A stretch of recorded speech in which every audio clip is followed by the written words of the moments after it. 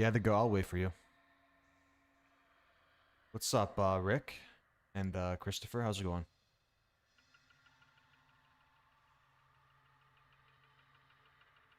What's up, Adrian? How's your day going? And by the way, guys, I'm gonna play for like an hour, and then I'm gonna go react to the stream. But I'm gonna react to the dev stream. Like, I'm gonna stream it. That's what I'm trying to say. I'm gonna do like a live reaction to it for the lore stream today or whatever.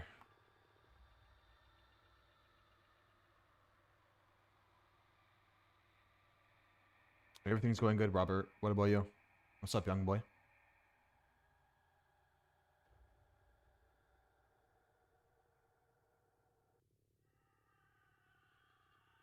Rick, what time is it for you right now? I'm doing good, Adriano. So let me know when you guys are ready. I'll put up the code on the screen.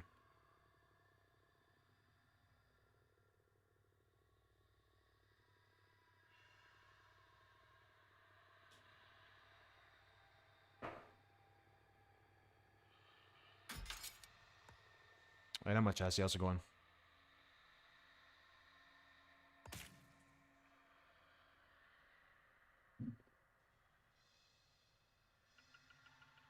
We got some snow today, young boy. It was pretty cold, actually. I went for a walk this morning, and it was cold. I had to put on the heavy jacket.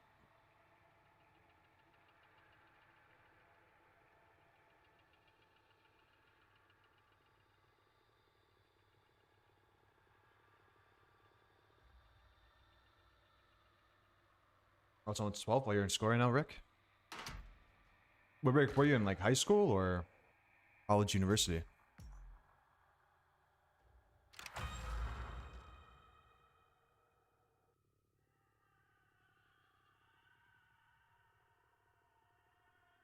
Hey, not much, S. How's it going?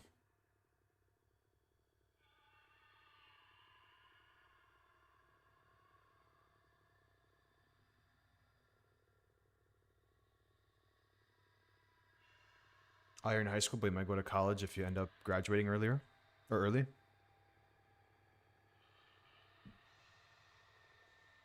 You're what you call big brain? Missed the high school days, not gonna lie, Rick. Enjoy it, man.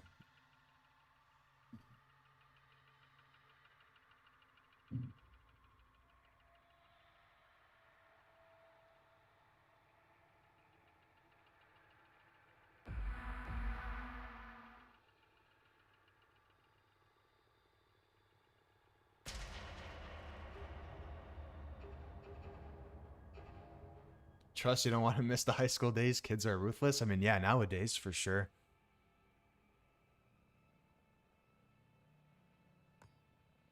I definitely miss elementary school more than high school, though. Elementary school was where it was at, dude. Elementary school was really good.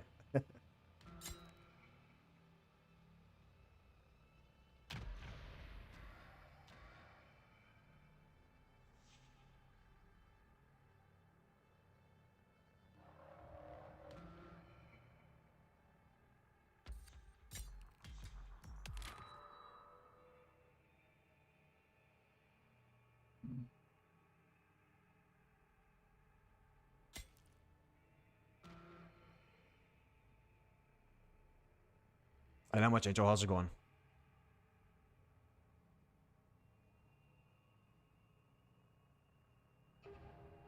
You literally got cursed out because you wore a Pokemon shirt to school. Yeah, that's actually messed up. Oh my god. I'm not gonna lie, Adriana. Yeah, a lot of people like I don't know why, but a lot of people cared about like how you dressed in high school. Like it was weird. Jared Gaines wasn't sure what he was expecting when But I had to wear a uniform in high school, so I'm talking about like the days where where we had like we can like because once a month at my school or like I would say twice a month we could wear whatever we want. But I went to Catholic school, so we had to wear a uniform most of the time. But closer inspection led Gaines to find the charred remains of a currently unidentified man in the driver's seat and a large bag filled with money roughly 30 feet away. Gaines says the truck didn't look familiar, though he suspects someone is going to be missing that money. But anyone feeling the gold rush should stay home. Oh, you're already at the dentist right now, eh? And the cash are currently with invasions throughout Bell County have turned into a search for a known fugitive. Over here in New Omar Mexico, Pauly, everyone tries to act native like a of Holland, gangster. Texas, was arrested in 1967 for 'Cause they're on the west aggravated side. assault and larceny and was sentenced to 5 years in prison. After his release, Omar Pauly was I'm not implicated sure. in a string of I think they got incidents timed outside up for maybe McLennan 24 County. hours. So if they come back to chat, I'll ban them for good. His current whereabouts are unknown. Personal belongings linked to a missing Tulsa, Oklahoma couple were found last week. Police say Tim and Tyra Devine seemingly vanished overnight while on a trip through Texas Hill Country more than 6 months ago. Oh, Cormac, the uniform has never bothered me. I didn't mind wearing uniform. Obviously, I would prefer wearing my like regular clothes, but uniforms didn't bother me as much. What is going on? What's up, Anna? How's it going? Stay calm, Lana. You can do this. I should keep this, just in case. I should see what that is.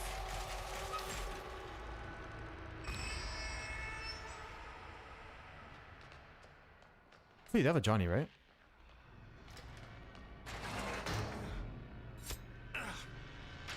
There you are. Danny, Oh, they messed up. What door did you guys open? I just went through the tool storage. Johnny was heading down, but I stabbed him in the back, so he might lock it back up, the tool storage. I think I can make it. I'll try to do fuse for you guys. Oh my god! Damn, it took all my no cells already. Jesus, it's bad. Yeah, it took my no cells already, this guy. It's unfortunate.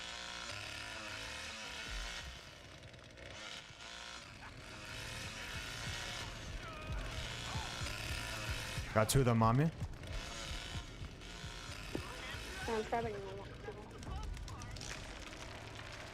Pressure tank is in the middle, by the way.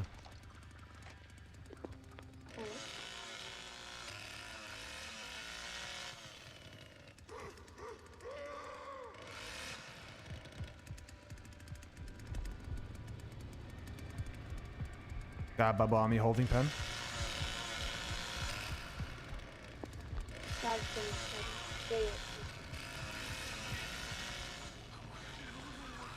think someone's dead.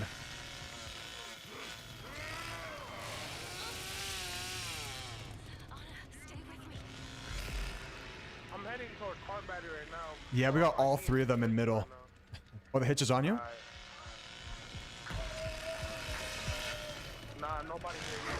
Alright, I'll try to distract them for you. Alright. What is this? Why are you doing this to me? Okay, it's just me and you, bro. Honey's dead.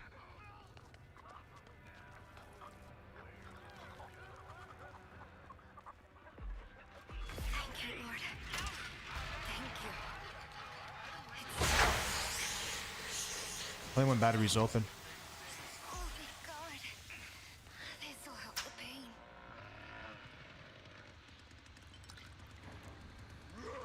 Do you want that battery off?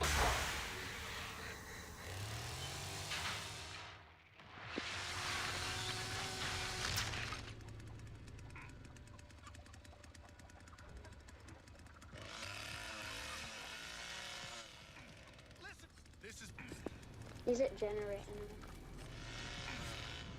Hey! That is my ability here. Oh, I got trapped. Might be dead here. I gotta go down there. Damn, Anna's a tank. Jesus.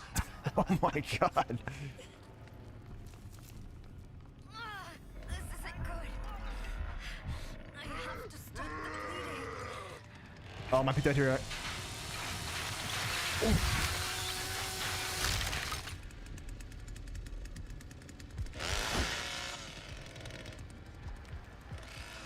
Yeah, I'm dead here, bro. This is all you.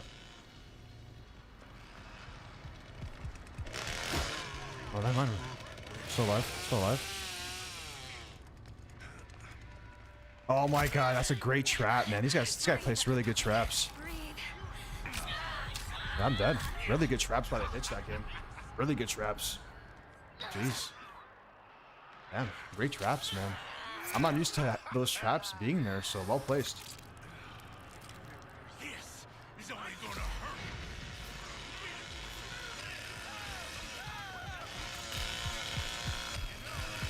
Ah, Leland's dead. If he drops down the wall, it's good as well. Johnny's gonna head down there. That team played really well, though, man. Really well.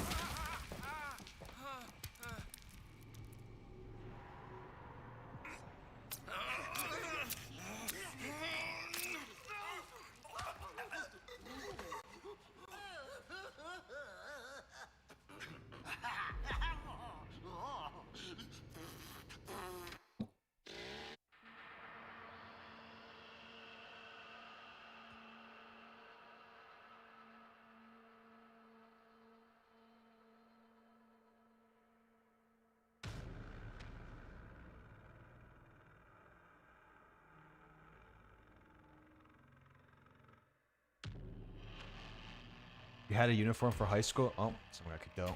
You had a uniform for high school, but you just wore sweatpants because you wanted to sleep most of the time? You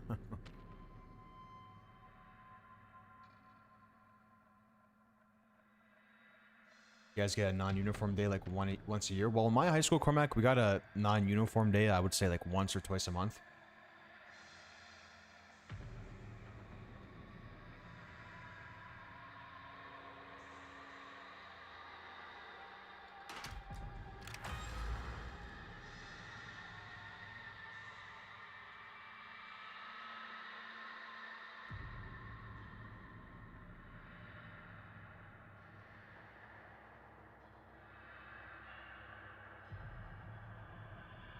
Your favorite was always Johnny? I mean, Johnny's a really good character, man. I mean, look what that Johnny did to me last game. He destroyed me, man.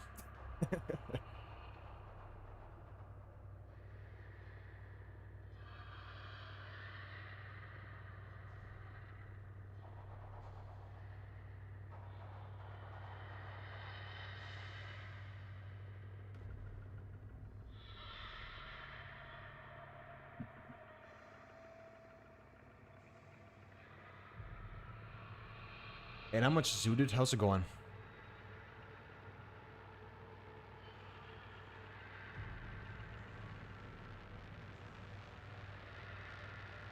Yeah, the lobby was full, young boy. You're a player who likes to level up Grandpa anyways. You played Cook first, but you didn't like him being slow, so you just got a blood and damage hybrid build on Johnny. What's the build, Rick? Like the perks you use on him.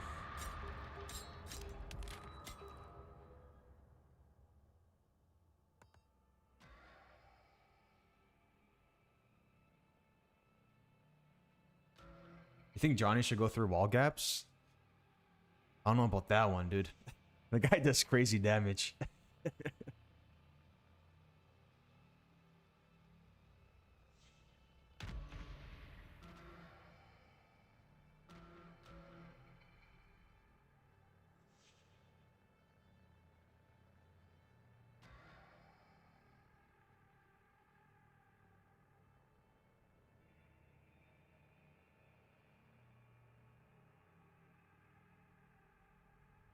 Yeah, easily tuckered out, universal donor, and serrated, and you put all your points into blood to get it up to 38, and then the rest into savagery. I'm pretty sure you can get a full blood build on Johnny as well. Like I've seen a couple people run a blood build on Johnny. Residents of Marfa, Texas say the phenomenon, simply known as the Marfa ghost lights, are occurring at an astounding rate over the last few months. Witnesses report seeing white, blue, and red orbs of light dangle and dance above the Chinati Mountains for several minutes before quickly Let's do on Anna. blackness of the Chihuahua Desert. Although the lights have been visible for over 100 years, their origin remains.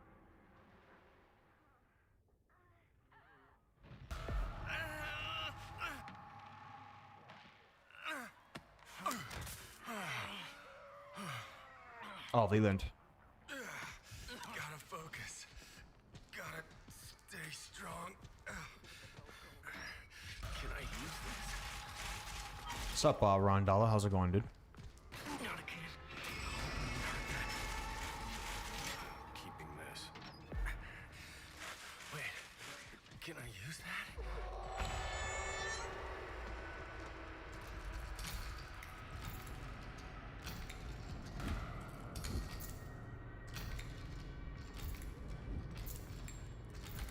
And not much, Mandala. You guys just joined the stream. I'm gonna play for like 45 minutes, and then I'm gonna react to the dev stream live. We're gonna do a live reaction, like a watch party. If you guys are down, because the dev stream starts at 3 p.m. Eastern time.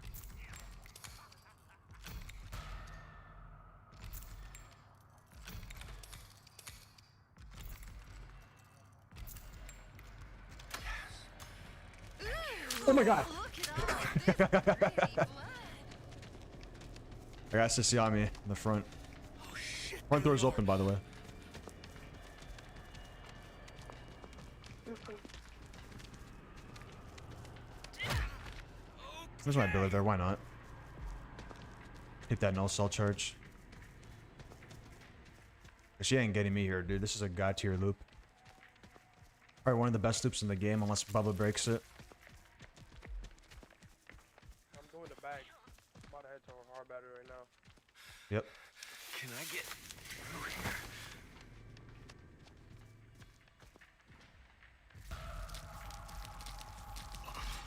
Oh god, this is awful. Everywhere I turn, there they are. I got Sissy on me here, just watch out. I'll go kick Jen. Jen's in the front, so I'll go kick it. Okay, finally, they're gone.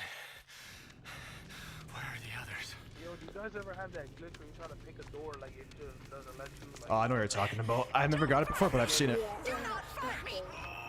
I'm getting that right now. I just can't open any doors. This is gonna be easy. Oh, dude, we got Johnny and Sissy back here.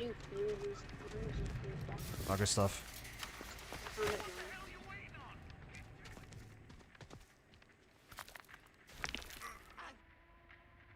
Yeah, there's another dev stream today. Seems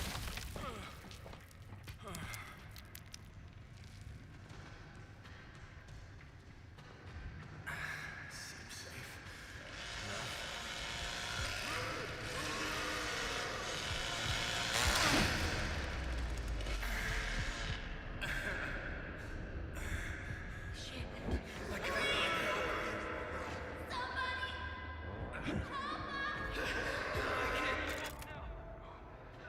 Your proficiency build on Leland is still broken? What build was that again? Oh no, I know what build it was. It's just I put majority of my points into proficiency to max it out. I just don't use it anymore because I increased my endurance. GG.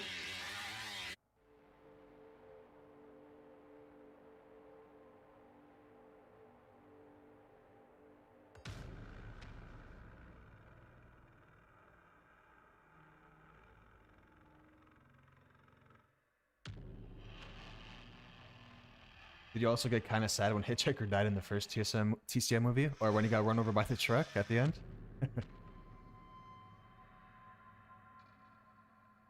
It's crazy, man. That first TCM movie is going to be 50 years this year. 50-year anniversary. It's nuts.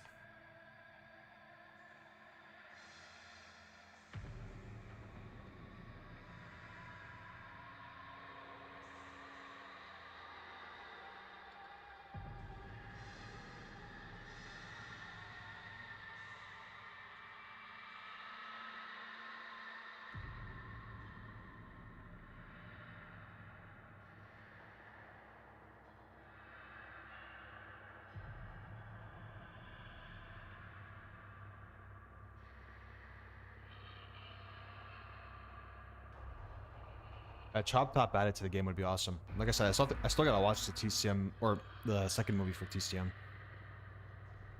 I don't know much about Chop Top, but it looks like a cool guy, or a cool character to add to the game.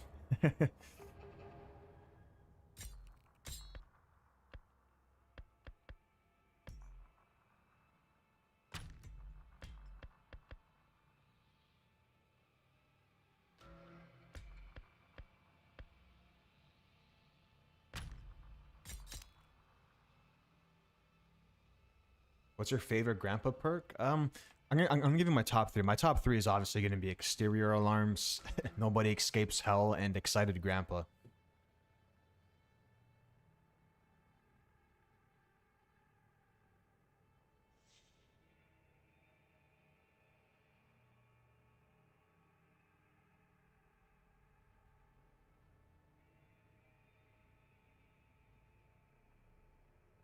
going into it. Don't expect it to be as scary, but it's a better watch. Yeah, I'll definitely watch it for sure. I mean, hopefully they get the license for TCM2 in the future. That'd be dope. Oh yeah, and Suffocating Grip. Yeah, I forgot about that. Suffocating Grip is really good now, considering like everyone grapples now. So yeah, Suffocating Grip is really good.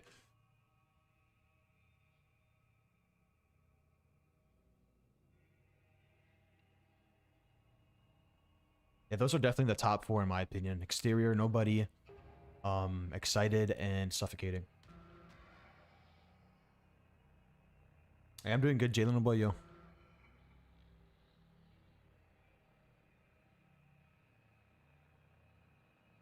Second movie is basically one big meme, but it's actually not bad if you have an open mind. I thought Excited Grandpa's a good perk, no? Like, what do you guys think about it? Like, I use it if I can. If someone's rocking, if someone's using Exterior and Nobody Escapes Hell on my team, and I have Excited Grandpa, I would usually use that perk.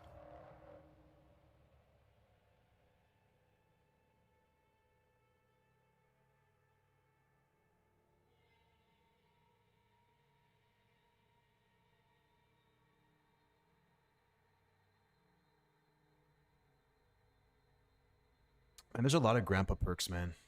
That's the thing, yeah. Like, well is a good one. Animal Farm is actually pretty good as well. Specifically on this map, Slaughterhouse.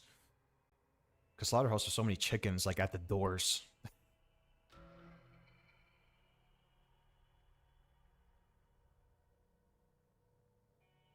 What's up, Buzz? Salt, how's it going?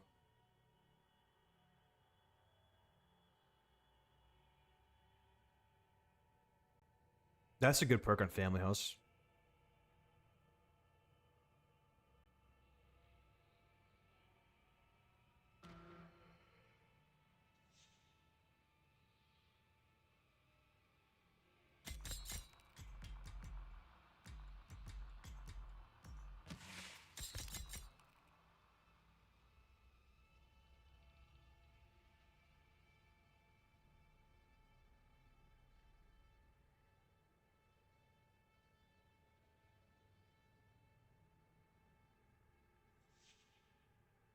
I got full lobby right now, Salt.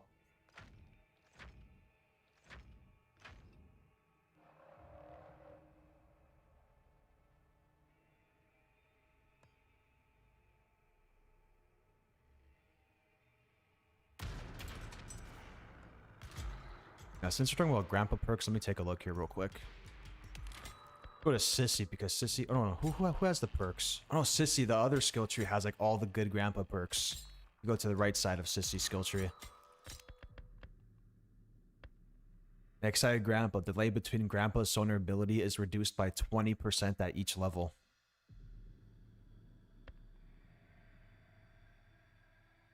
Johnny on Twitch. We're gonna watch it at 3 p.m.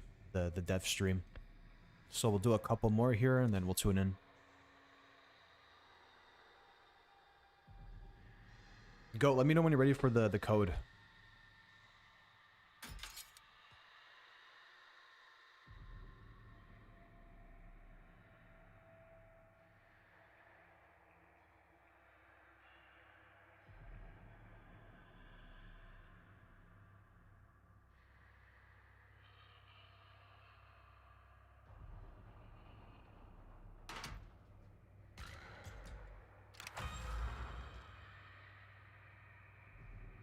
Adriana, the thing with Nancy's house is, like, not a lot of people would jump out the windows. I don't think... I'll be honest. I don't think a lot of people even know about the windows on Nancy's house. Like, I rarely see people jump out those windows.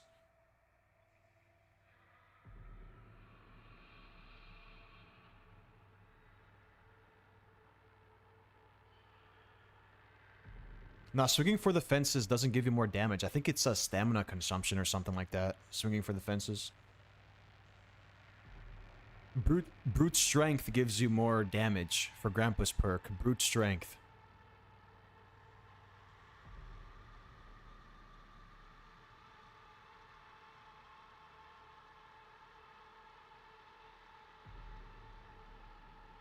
You didn't know about the window in the kitchen for the longest?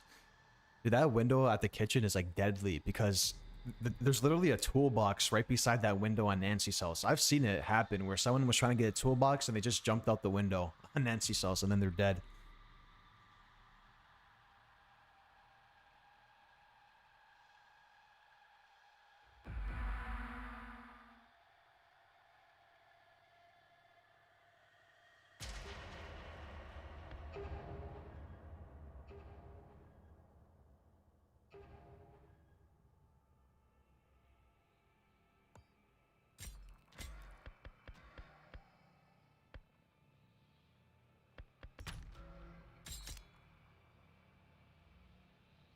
Oh, it's a good thing that I brought Bomb Squad here. Oh, okay, so I thought they were gonna use Nancy, that's why. Okay, we'll use Bomb Squad for Hitch.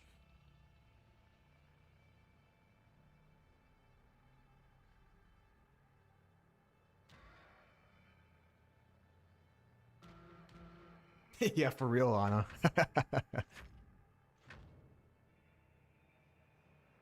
Residents of the Apache Ridge residential development were horrified today when authorities removed I'm pretty sure, yeah, Bomb Squad works for Nancy. Pretty sure it does, like... jars contained a variety of body and animal parts, from frog legs to horse hooves to human eyeballs. The owner of the property, 60-year-old Martin Wembley, claims he bought the jars as is.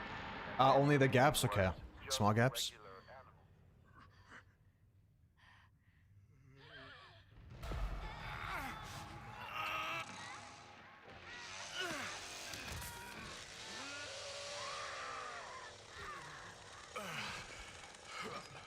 So it doesn't work for like crawl spaces and doorways, just the gaps?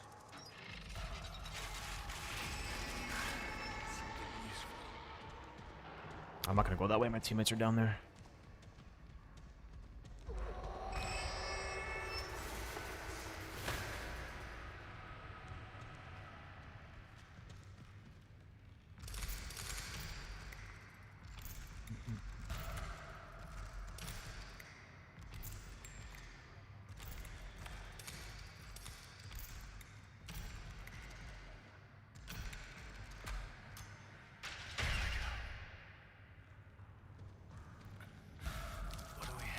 I think these guys are a 3-stack. I think the bubble just went up right away. I'll try to go for battery, maybe. Let's see if he has security. I'm assuming he has security. I'm doing good, Slicky. What about you?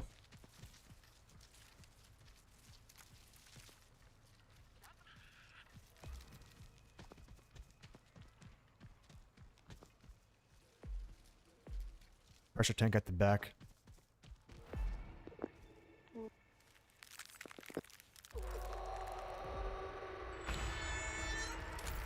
They got nobody escape cell.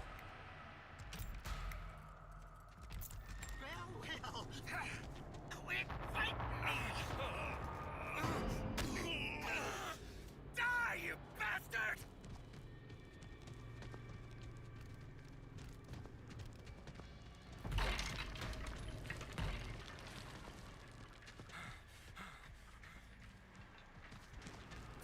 Got a nasty loop here.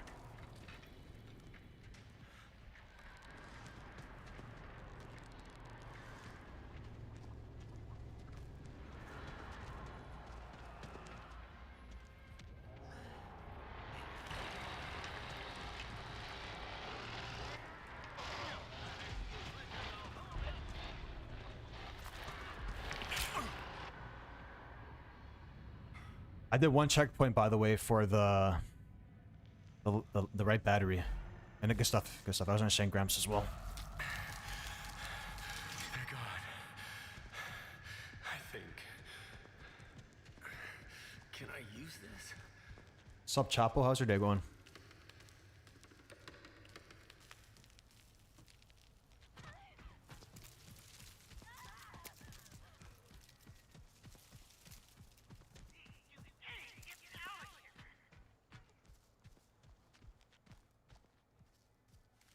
Oh, no. Screw that.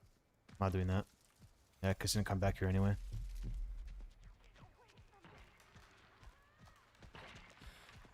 They're all over. Stay hidden. He's a trap right battery gate, guys. And I think I got one checkpoint on the bridge. Got Hitch on me.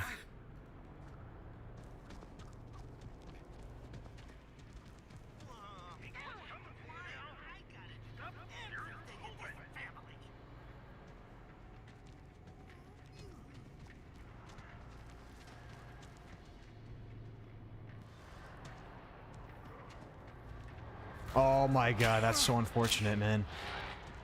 This is why they gotta remove like the bone scraps right beside the doors, man. It just throws you off sometimes.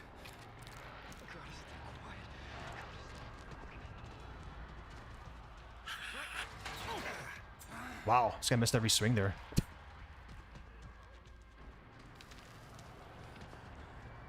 I got Hitch chasing me basement if you guys want to try to do one of the doors. I'm doing south right now.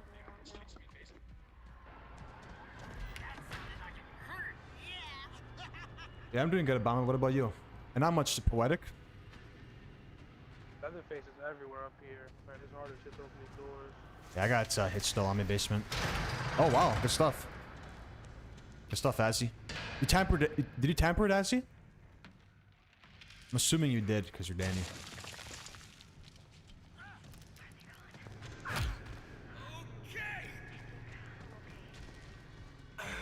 Watch out, Hitch is there, guys. Gotta keep going.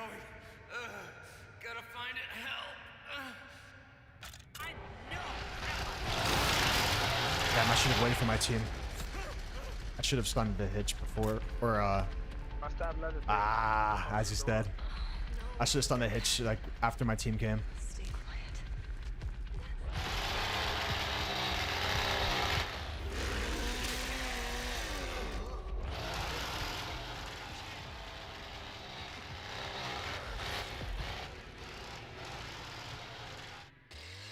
Yeah, so if you guys join this stream, I'm gonna be having like a watch party, I guess, for the dev stream.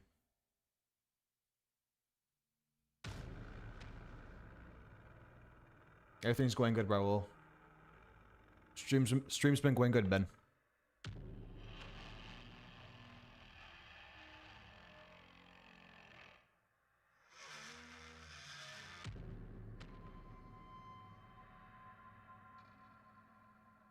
Well, poetic, my number one tip is always like, don't be afraid. You know what I mean?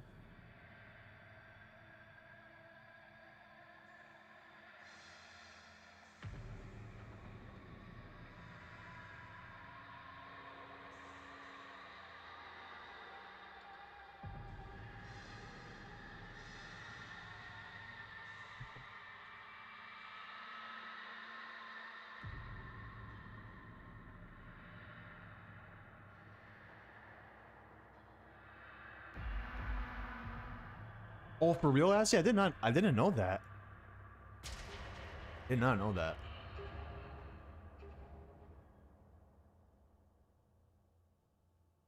I thought you already bled out. That's why I thought you like that. That's why I thought you died instantly, because I thought you bled out already.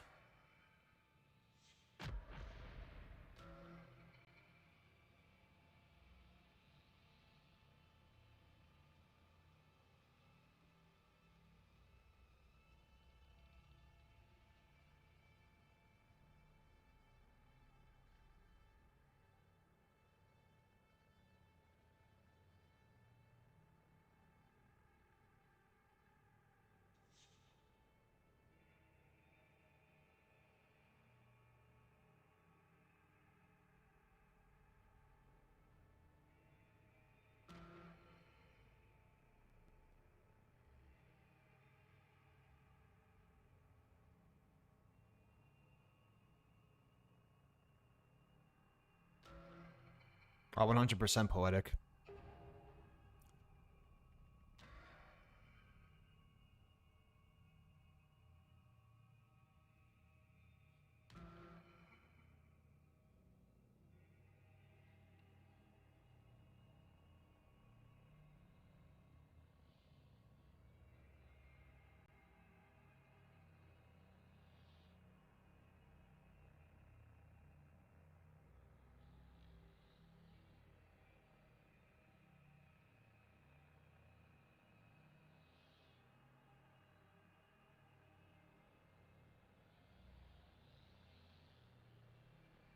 A series of home invasions throughout Bell County have turned into a search for a known fugitive.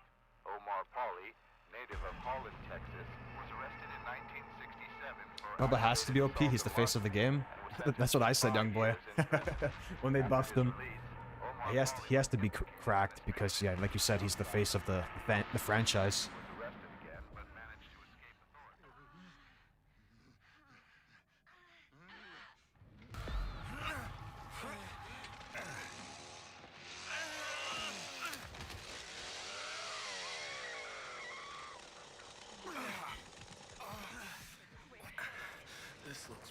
Hey, yeah, Cormac, I agree with that. They gotta fix that for sure. Because when you door slam him, if he has a full rev and you door slam him, he gets back up instantly.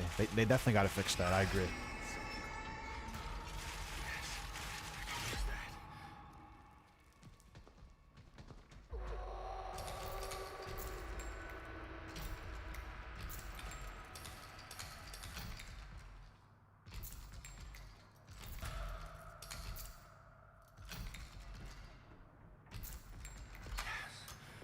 Hey, garden storage open, guys.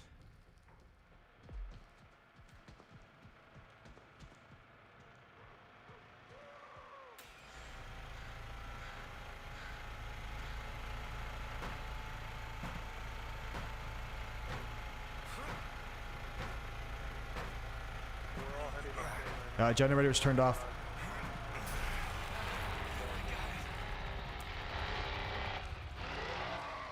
Bubba's heading up there.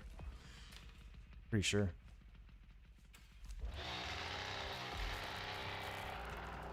Yep. Oh shit, there they are.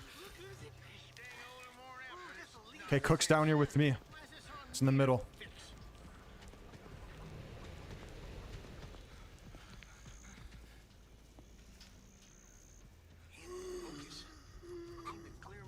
Yeah, I got two of them with me in the middle.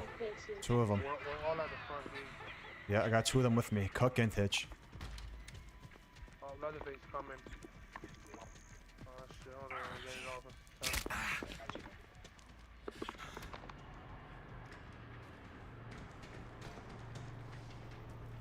He stalled, he stalled.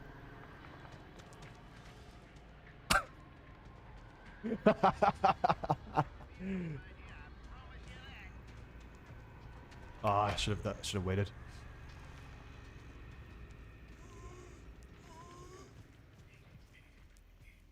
Hey, try to open up that front door then in the house if he's up there. Not the front gate, but like the front of the house. Front door. Yeah, the front of the house is open already. Ah, good stuff. But you gotta get the gate. Shit. Quiet. Do this. Can I use this? I'll do oh, fuse is right here actually. Fuse is in cellar, but I don't have the fuse.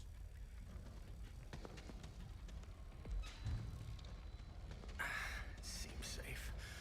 Two checkpoints on the gate. Is there a padlock on it, Azzy, or no? 'Cause that can come up and stun him. Yeah, there's a pig. Oh, okay. There's a padlock on it. Okay, I'm gonna do the pressure tank then. I think Leatherface is leaving, so I should be able to get it all. Where are the others? Nope, he's still camping in the front. Just get back here. You're only making things worse. And it's still camping.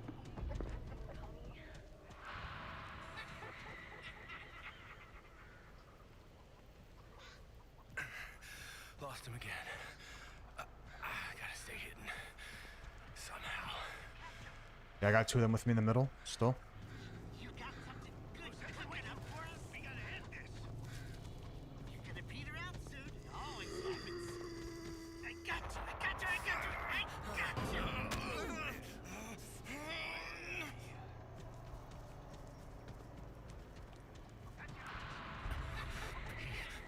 Careful. You need to just leave me alone.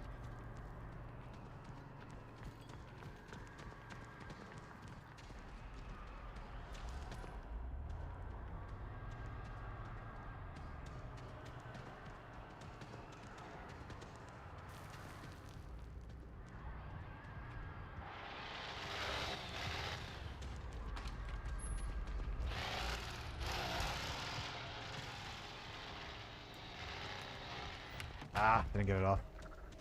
You better not be messing with Grandpa. Gonna find yourself in a dinner bucket if you do. Hey, not much name. How's it going? What? Oh, no way I didn't get that off. Damn. Looked perfect. Your front gate open, Leatherface fall when you're already. Got one. Oh, try to go through.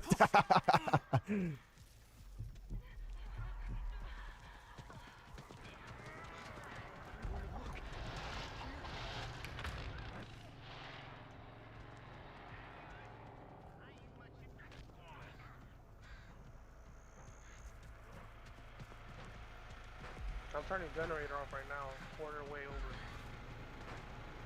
Alright, he's on you though.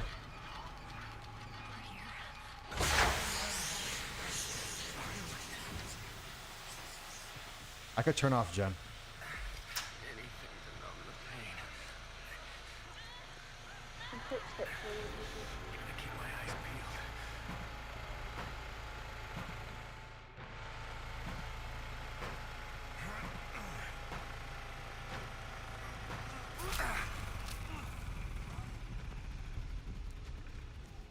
Gotta turn off the pressure tank, buddy. I need DC'd. Great pressure though from the team. GG's guys. Alright, so make sure steady. Oh, they're all DCing, man. I'm not gonna make it in time. Well, Might be safe now. I was waiting for that pressure tank to go off, but it's all good, man. GG's. GG.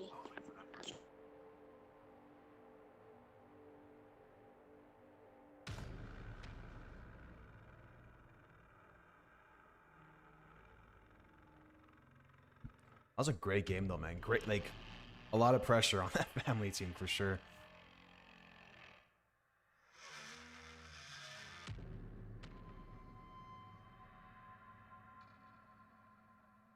They might talk about the next DLC, Raul, or maybe like the next content drop, like cosmetics and all that. Probably like 1 or 2 more here. Just depends on like how long these games are, because the stream starts at 3 p.m.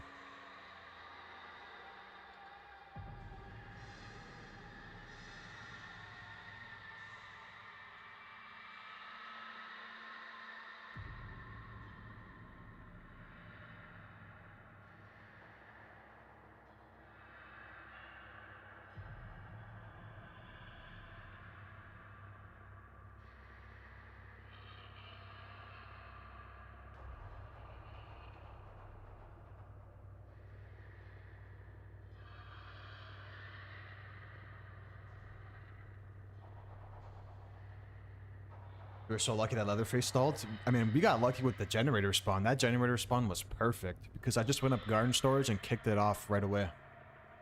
Or turned it off right away.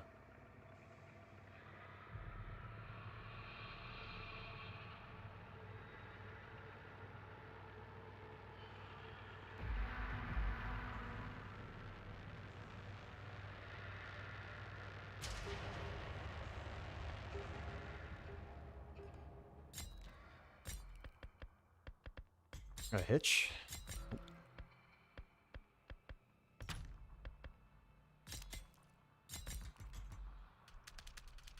I'm gonna put max, or I'm not gonna put max toughness, but I'm gonna increase my toughness here for this one. I gotta create different loadouts. That's my biggest problem. I don't have loadouts.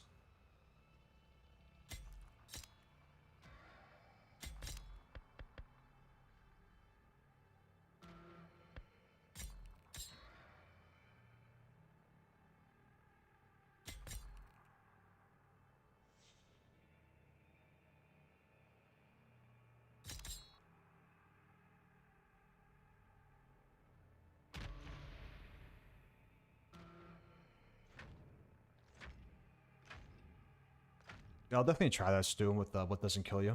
Not for this game, but maybe the next one. We'll see. What he was expecting when he discovered a burnt-out truck on his back 40 this morning. Gaines was patrolling the perimeter of his land just after sunrise when he saw the truck in the distance. It was apparent that the truck was damaged from a distance, but closer inspection led Gaines to find the charred remains of a currently unidentified man in the driver's seat, and a large bag filled with money roughly 30 feet away. Gaines says the truck didn't look familiar, though he suspects someone is going to be missing that money. But anyone feeling the gold rush should stay home. The truck, the remains, and the cash are currently with authorities.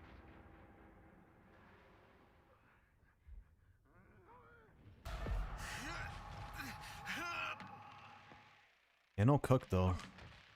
Connie can just use her ability on the back gate. I'm probably gonna jump out window though. What the hell happened? Can I use this? What's this?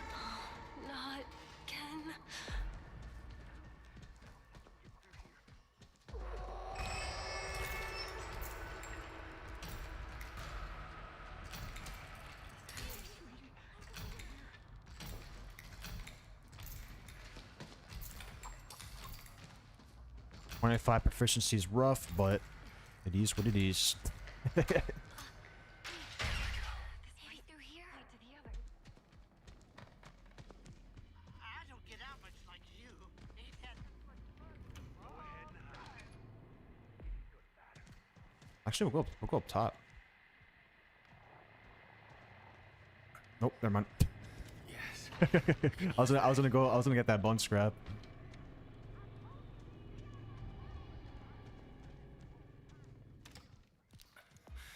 What do we have here?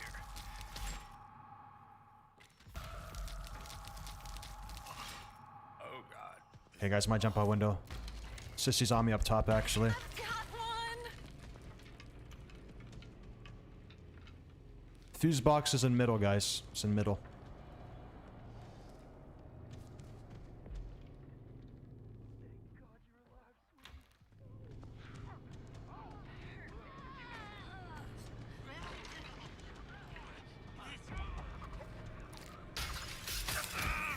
I got this.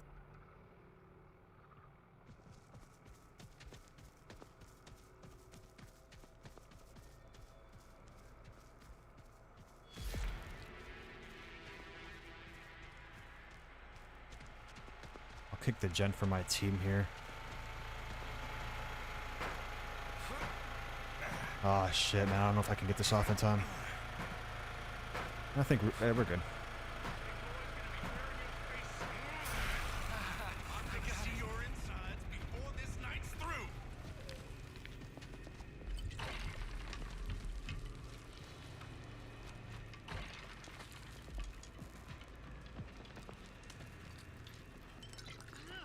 Got two of them on me, guys.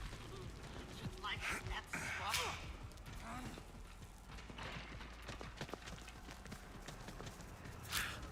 Surround the property with some of those I'm not gonna make it. already. This is getting out of hand. Got Yeah, that was a bad plan. I'm not making a run for it. Screw that.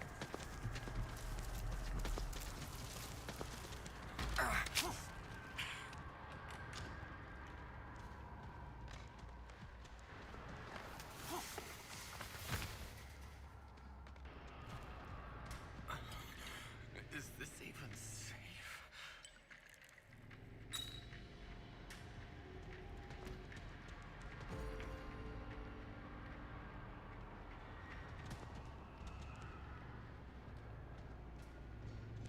Don't get too wild around. Sissy's just chilling up here, man. She should have helped her team, I guess. I don't know. Like, she was just chilling here at the fuse. Maybe someone got back gate open?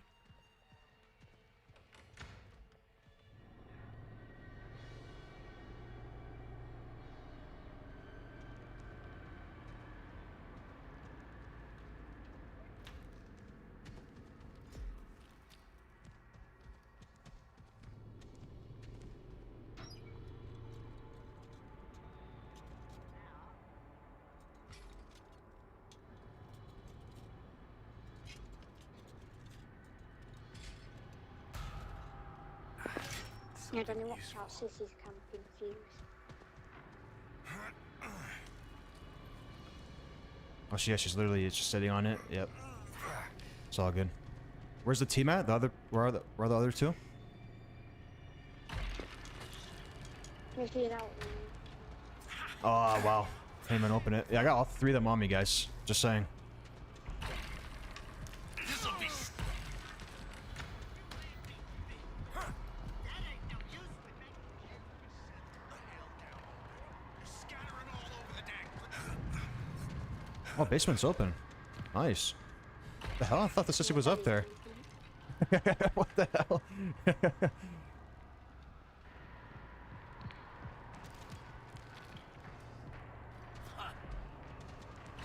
was gonna run into that trap. Thank God I didn't.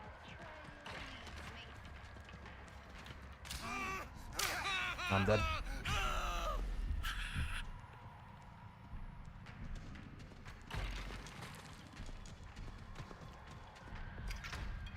Clutch door slam. What's up, B? How's it going? They'll be loving me soon enough. Oh my god, dude. Right beside the crawl space too. Oh, I'm dead here. Ah, man, that's unfortunate. I'm dead here, most likely. It hurts to move. Right beside that gap, dude. Damn it. Not you too. Ugh. I hate when like a bone scrap is beside a gap as well. Or a door. And try to go for a door slam. Everywhere I turn, there And they the valve are. was there as well beside the gap. Okay. Finally, they're gone. Where are the I think they others? closed this earlier, so they should tamper it. I see. That was a great game, dude. I'm surprised I didn't die. How did I not die? How did I not die that game? Oh my god.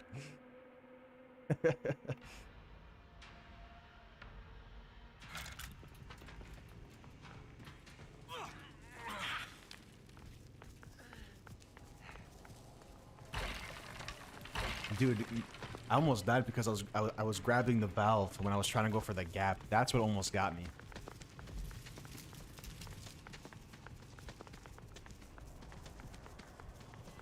She's the last one, right? Yeah, she's the last one.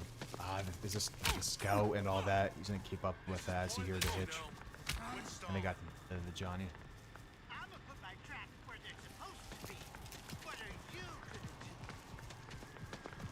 But you think the worst is when there's a closet beside a door or crawl space? Yeah, that's the worst Johnny as well. I agree. Especially on gas station, man. There's like this one door at gas station when you're trying to go for a door slam. Sometimes you go into a closet because it's literally right beside the door. Yeah, all true. I'm gonna watch the dev stream. So what is it right now? 2:44. You guys think we have time for one more, or? 'Cause I think they usually start their stream like 10 minutes after. So maybe like 3:10 they'll start it. Damn it. Everywhere I look, they're right here. Yeah, I'm doing good, Noah. What about you?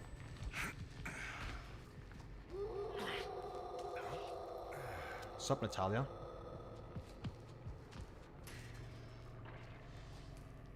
You know what's also the worst is when there's a heal right beside the toolbox.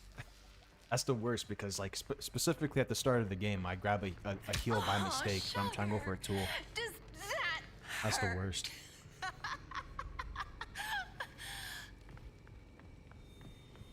Leading like that ain't gonna help your cause. You got this, Sassy. Come on. What the hell are you waiting on? I grabbed all the heals up there, not gonna lie.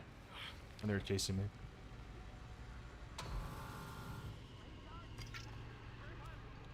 Nice, got a big pot as well. Johnny's most likely going to block it, just saying, because he blocked it when I went down there. Oh, no, he's right there. There you go. Nice door slam.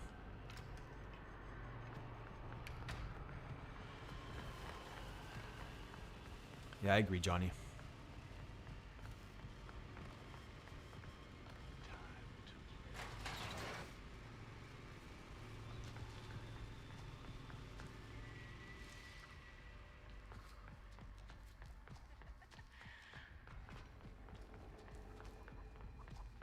Slow down.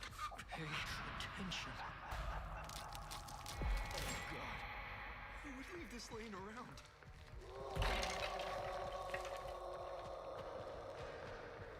Don't fight it. Just give Oh in, my sweetie. god. You think you can mess with us? Oh my gosh, Sassy clutch. Oh my god. Oh my god. That is so clutch. Hey, my day's going good, Martinez. What about yours? Oh my gosh, that was clutch.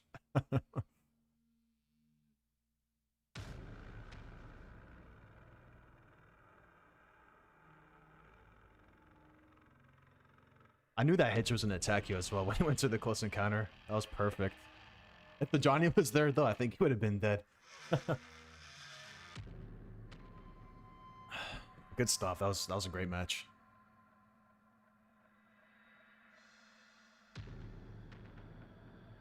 And hopefully we have time for one more here, man.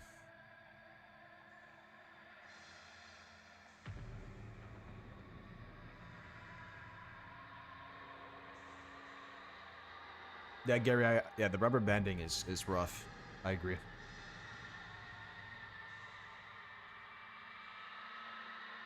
Yeah, Martinez, I was in his video where he was testing out, or like, yeah, testing out all the new executions.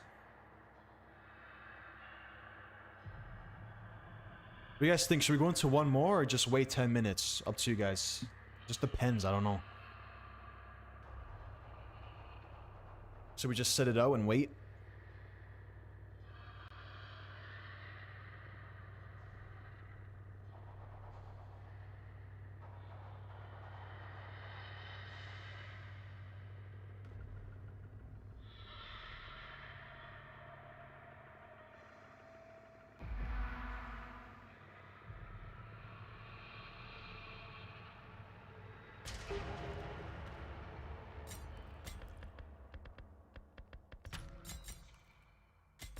Just gonna rush this one. The dev stream starts at 3 p.m., but I think they're gonna start talking at like 3:10. 3:10 p.m. is when they start talking. Because usually when they start their stream, so for an example, 2 p.m. or 3 p.m., they wait 10 minutes and then they start their stream. So after this match, we'll set up.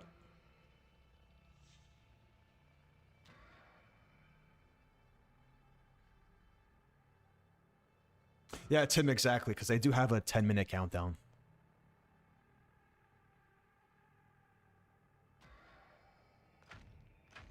Oh, I forgot to switch my perks up, and yeah, I forgot to switch my perks and attributes. It's all good. I was rushing there. Not gonna lie. In the grisly string of murders that littered Interstate 40 during 1971. Yo, Tim, I saw the group post on Discord. Those people are weird, man. I knew I recognized that name when I went into your chat yesterday, Tim. She was talking shit to me back then when the game first came out. She likes to cause problems, that person. Had an encounter with the assailant at his home over a year ago. Jasper says a young woman in her 20s approached his home seeking water and food. Anna Marcello, how's it going?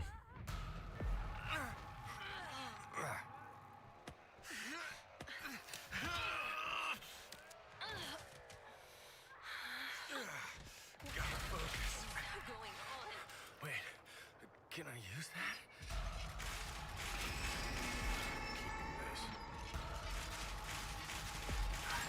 Something useful.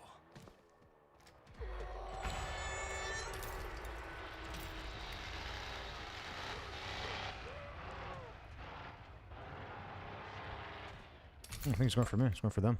Stalled out as well. And he stalled out and DC'd. Wow, okay. Oh, I love the face. Yeah, he stalled out and DC'd. I heard that.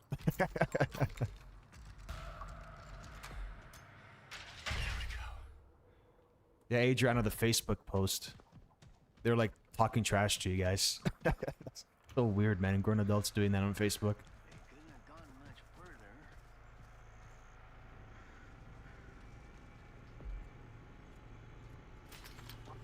They always leave them. How much a joke? I'm sorry about your friend, but I'm afraid you done landed square dab in the shit house. Can I get through here?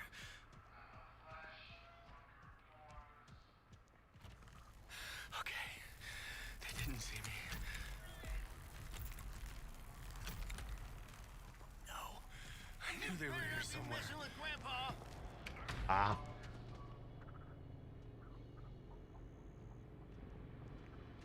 I think he put a padlock on that door. Oh my god.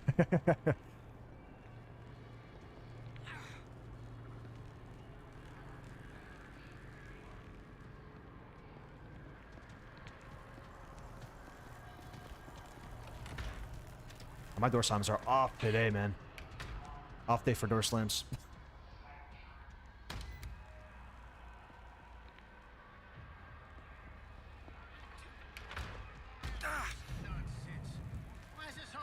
Wow, yeah, off day, man. Off day. We'll just go to the fuse though. Fuse exit.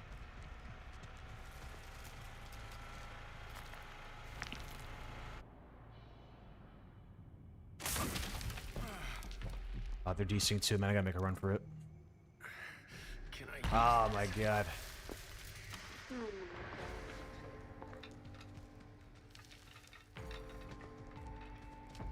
Slow down. I need to stay quiet. Well, just call it there, I guess, man.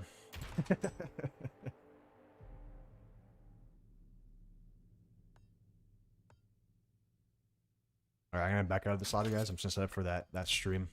Dev stream.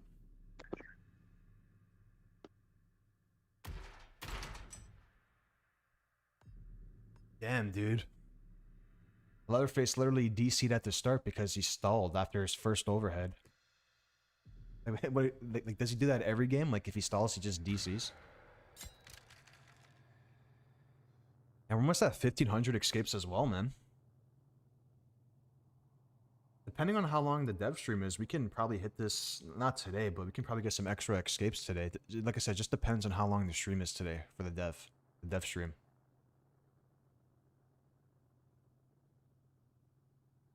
Almost there, man. Yeah, GG's, Azzy.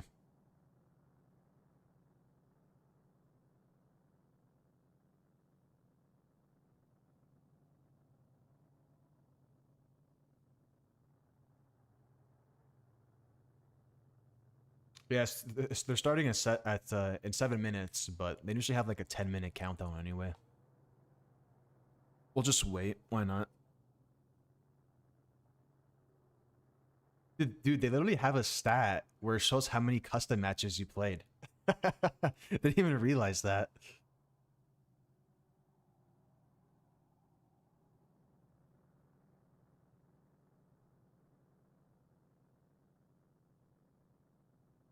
Wow, I jumped through 100 windows on the dot.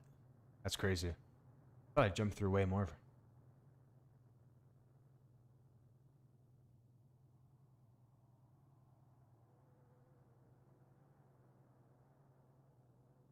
How many Gallo executions? Did I pass it?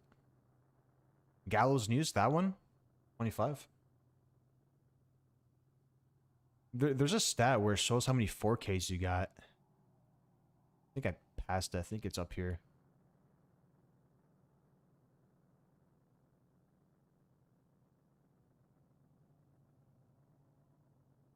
Yeah, look how many times I put Cook's Lock. Almost 2,000 times. I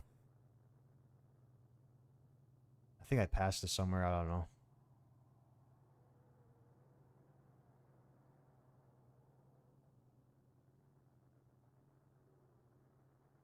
Oh, there we go. My bad. I missed it.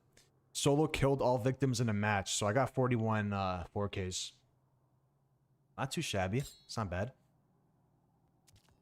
Not too bad. Let me actually just change the title of the stream now because I'm gonna have to react to it.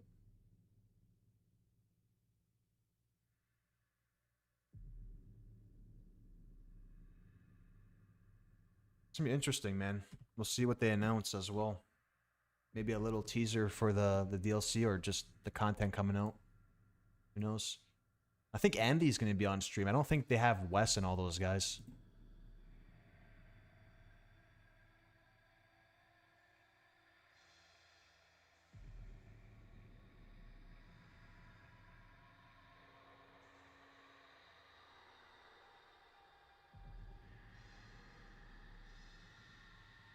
All right. My guy Andy, man. Big respects to Andy. Because that guy has to deal with all the Reddit comments. Big respect.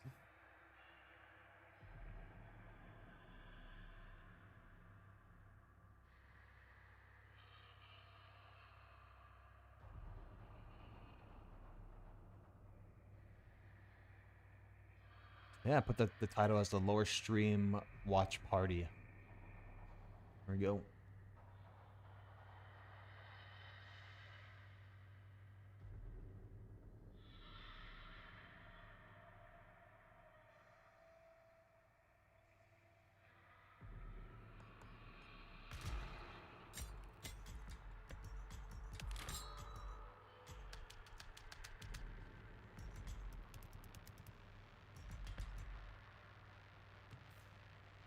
Oh, I do have a loadout for this. Okay, I do have the bomb squad loadout.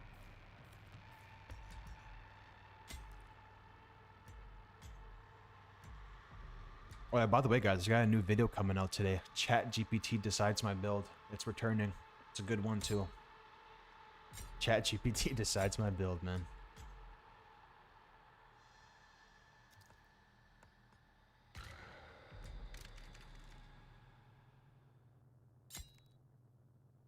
What do you mean like that? What do you mean the highest stat?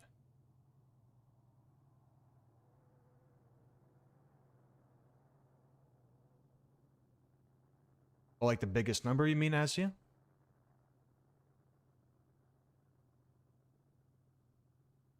Damn, I used 16. Wow. Gaps used 16,000. Oh my god. Crawl space is only 3,000. Just look at that difference, man. 16,000 with the gaps and then 3,000 with the crawl spaces. Jump down 773 wells. I picked 4.3k doors. I was detected by the chicken 9.6k times. Jeez, dude.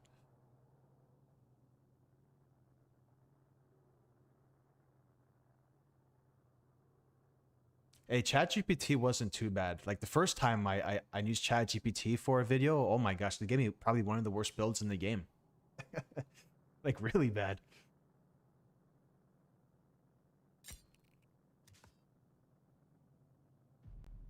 All right, let me quit here.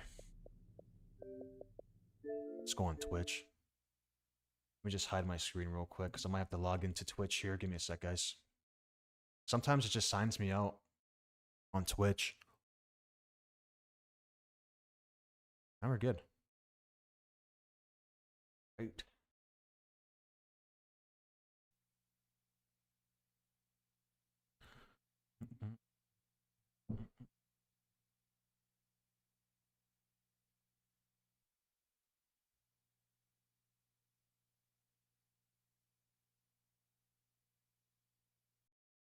Give me a sec.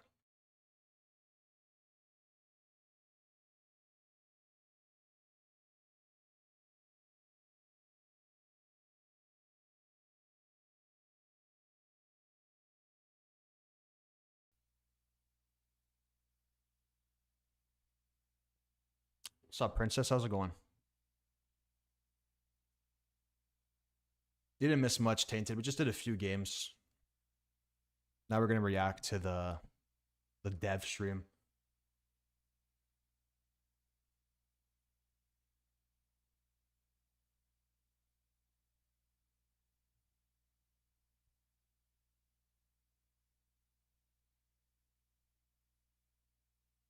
Yeah, you guys are gonna have to tell me about the volume audio as well. Because I know I'm gonna have to adjust the audio for this stream because they usually talk low on their streams.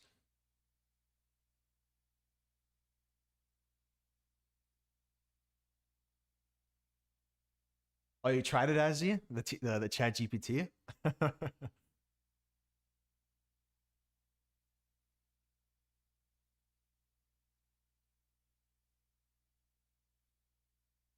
Well, yeah, they do get paid from Twitch. I mean, they could also get paid from YouTube. I mean, they said they're gonna put the stream on YouTube as well. Like the VOD for this stream. They're not gonna go live on YouTube. But usually with Gun, they when they start their stream, they will throw some ads in there. They won't throw ads during the stream.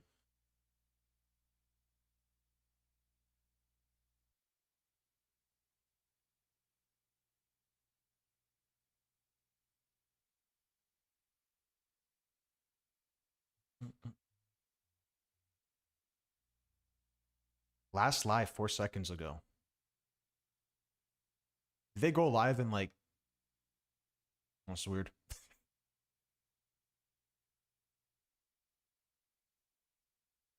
Throw some ads to make their money for expensive weapon skins. Oh, there we go. I see they throw some ads in there. Quality. You're the finest soldiers I've ever seen. You fought with courage. You fought with heart. There's nothing Bro, I left did not for know you they to had a prove. Halo TV show, bro. You I showed missed the out. enemy that I did not even know that.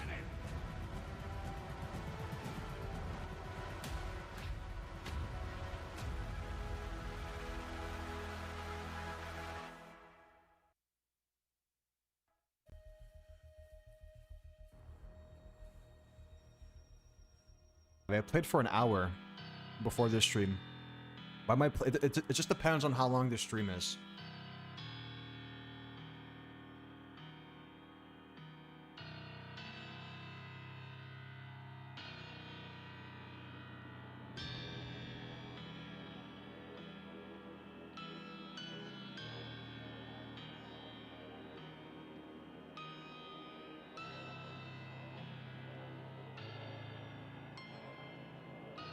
Some methodical. Oh, for the lurk, we talking about like your stream? Methodical?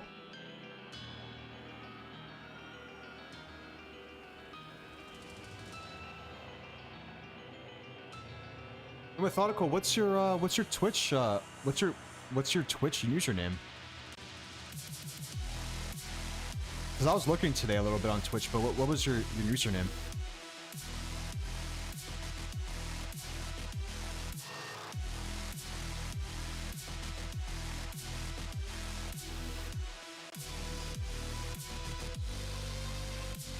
Oh, Method, that's you. Oh, my bad, bro. I don't know. I didn't recognize your YouTube username. Not gonna lie. Yeah, I tuned in for a bit.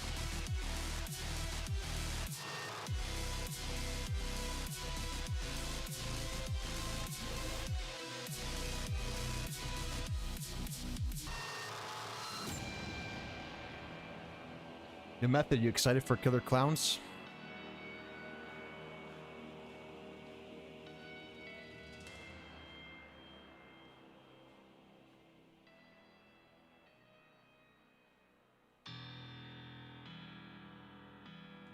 Hey, you know what? Yeah, I tuned into your stream once. I think it was like last week, and you were saying how you were pumped for it.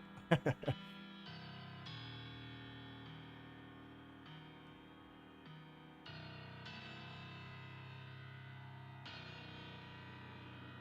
gonna be a good game though, man. 3v7 is gonna be interesting.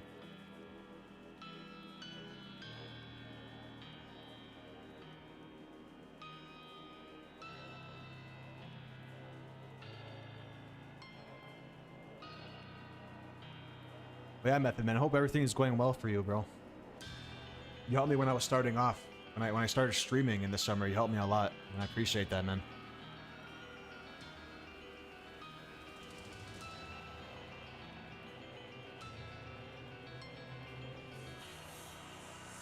Yeah, Frank, I already pre-ordered the Killer Clowns game. I pre-ordered the deluxe edition.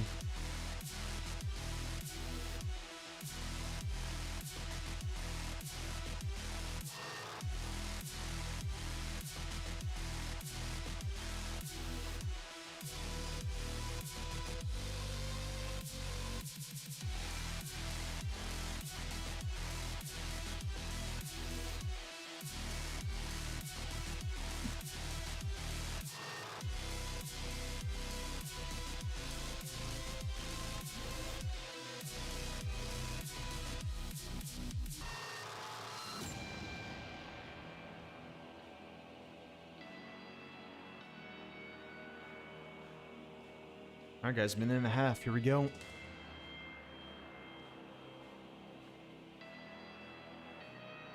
When they talk, like Andy and all that, let me know if the volume is good. If not, I'll just increase it a little bit, the volume, when they talk.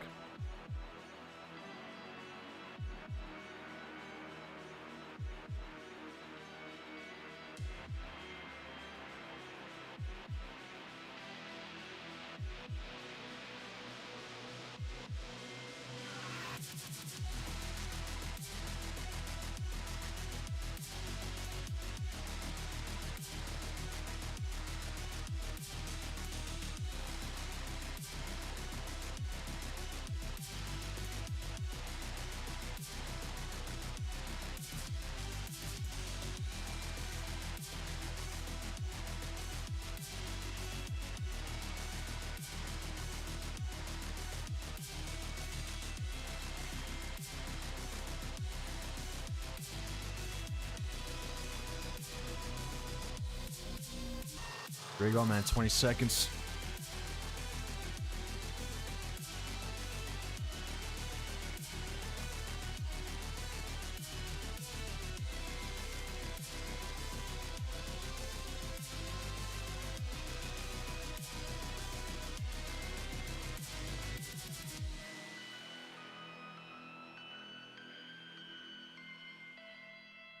I see Andy, man.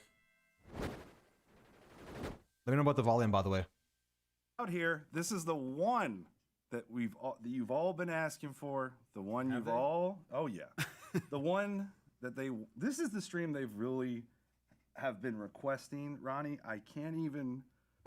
We're going back 2 years that the community has been wanting this stream.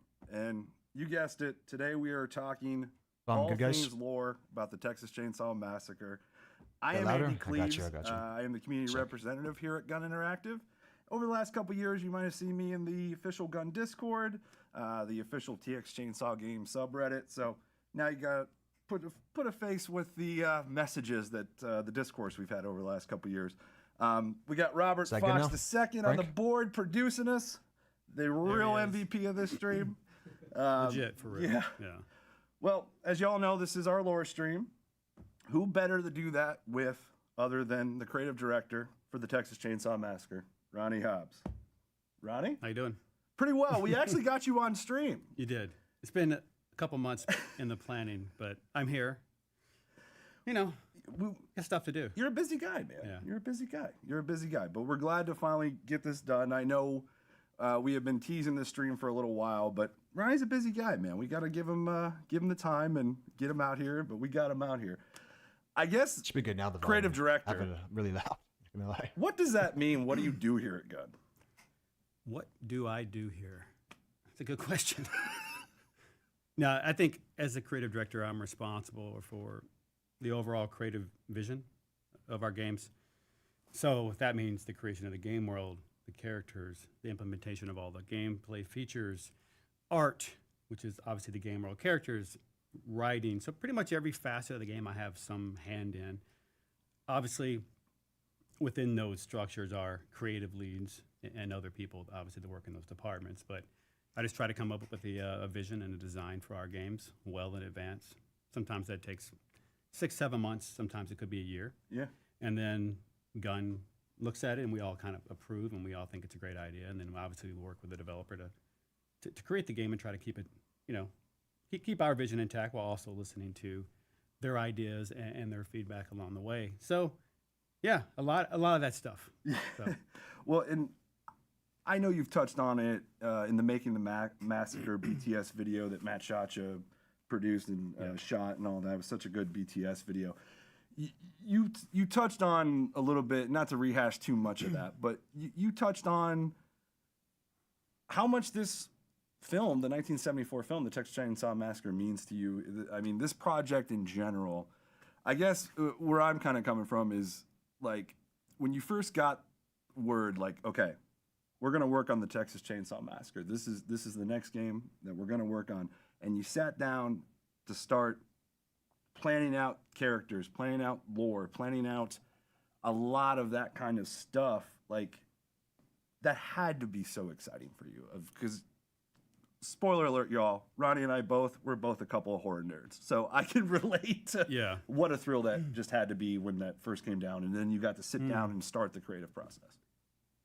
Kind of nervous at first, obviously, because you talk about it for so many years before you even get the license, or you have a dream project. Yeah. I think if you asked everyone here at Gun what game they would want to make, you'd probably get 5-6 different answers. Right? Some people have different horror films that they love. Some people love Texas. Some people love Halloween or Nightmare on Elm Street or Scream or whatever it is. Right? But for me, the Texas Chainsaw Massacre was one of those films that I saw very, very early in life, 8 or 9 years old, and can pretty much tell you everything about that day, where we were at, what we were doing. Mm-hmm. It was just one of those films that left a lasting impact on you because you'd never seen it before. Yeah. It was unlike anything I'd ever seen, and I'd seen lots of horror films at that age, but they were mostly the comical ones that you see on TV and things like that. So, but this felt real, the way that they shot the film, and it felt like you were there. And I think that's what kind of freaked us out as a kid. And I remember just hanging on to that for a long time. And then when I studied film in school, like in film class, Andy's holding my hand. That's fine. You can hold my hand. Then you start to dive into what makes that film special. Yeah. That's not so apparent when you're 8 or 9 years old, right? So I remember going, wow, okay, studying all about it. And that's when I learned who Kim Hinkle was. Because as a kid, you don't know who the screenwriter is and who the director is, unless it's like Steven Spielberg. But right. So when you typically watch a horror movie, you don't know those things. But later on in life, in college and before that, I kind of figured out, man, this really is special. Yeah, so. It is. And I think one thing that always, not only did it have a huge impact on horror, I mean, it had a huge impact on cinema. in Yeah, across the general. board. Yes. Yeah, I mean, it was one of the few horror films that crossed the boundary, and it's considered art, right? Yeah. It's considered. They talk about it when they talk about the best films of all time. Sure. There's only 3 or 4 horror movies that actually penetrate that conversation, and that's one of them. So when we're talking about what game we're going to work on, what game are we going to do next, in my mind, I'm always, hey, what about Texas? What about Texas, Wes? Can we get Texas, right?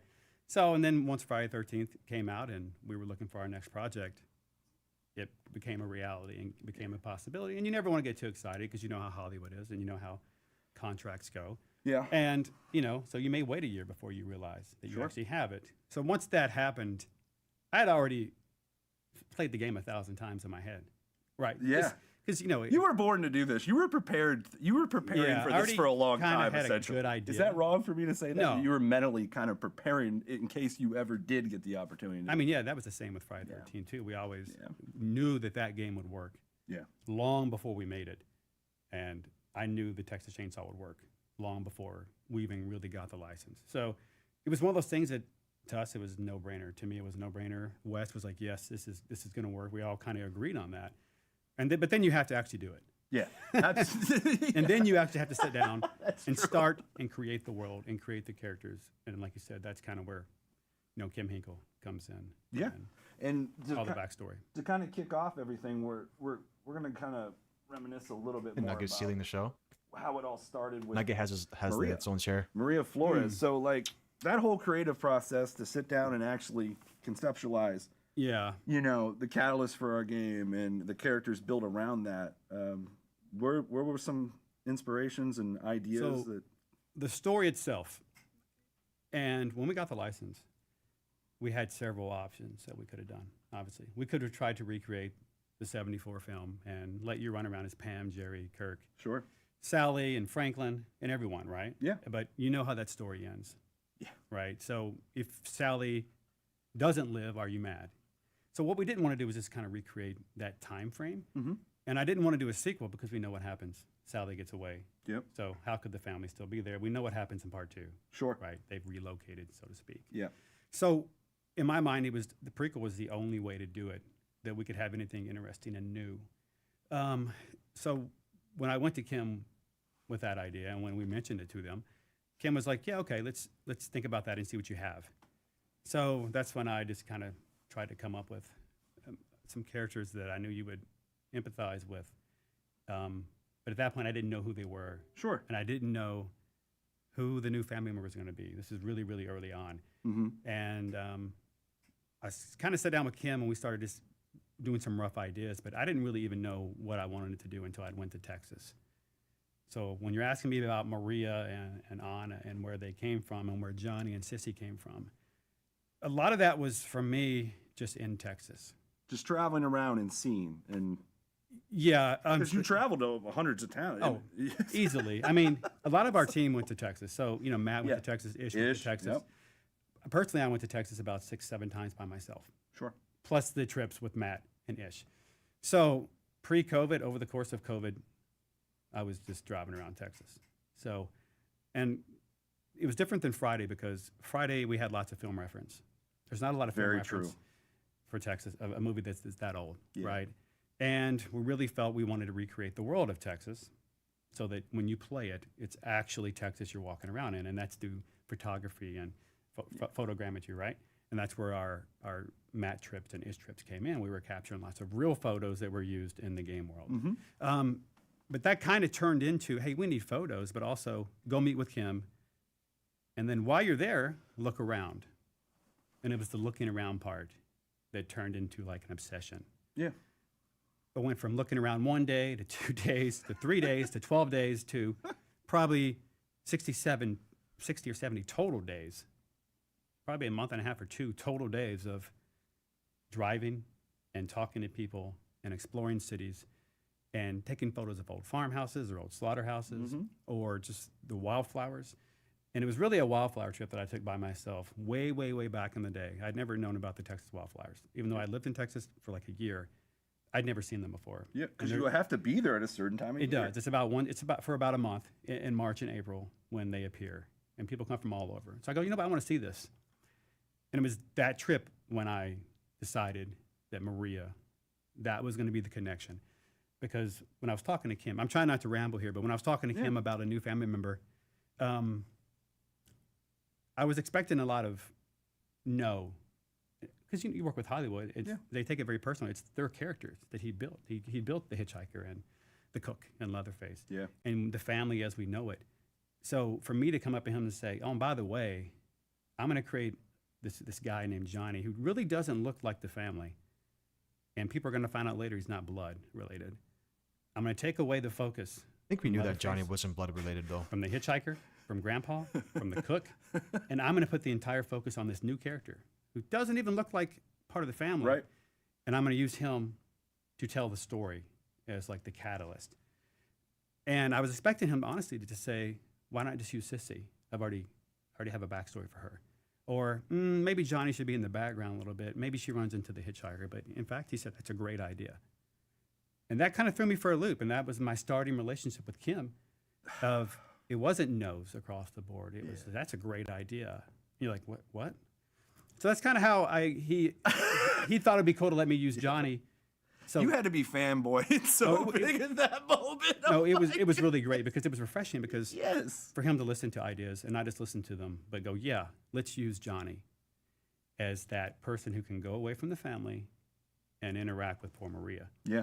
So I knew I had Johnny. I knew I wanted him to be out and about, and we can get back to him later. Yeah, and we will. But really traveling around aspect of seeing the wildflowers and then knowing that I wanted one of the two sisters to be on that trip. Sure.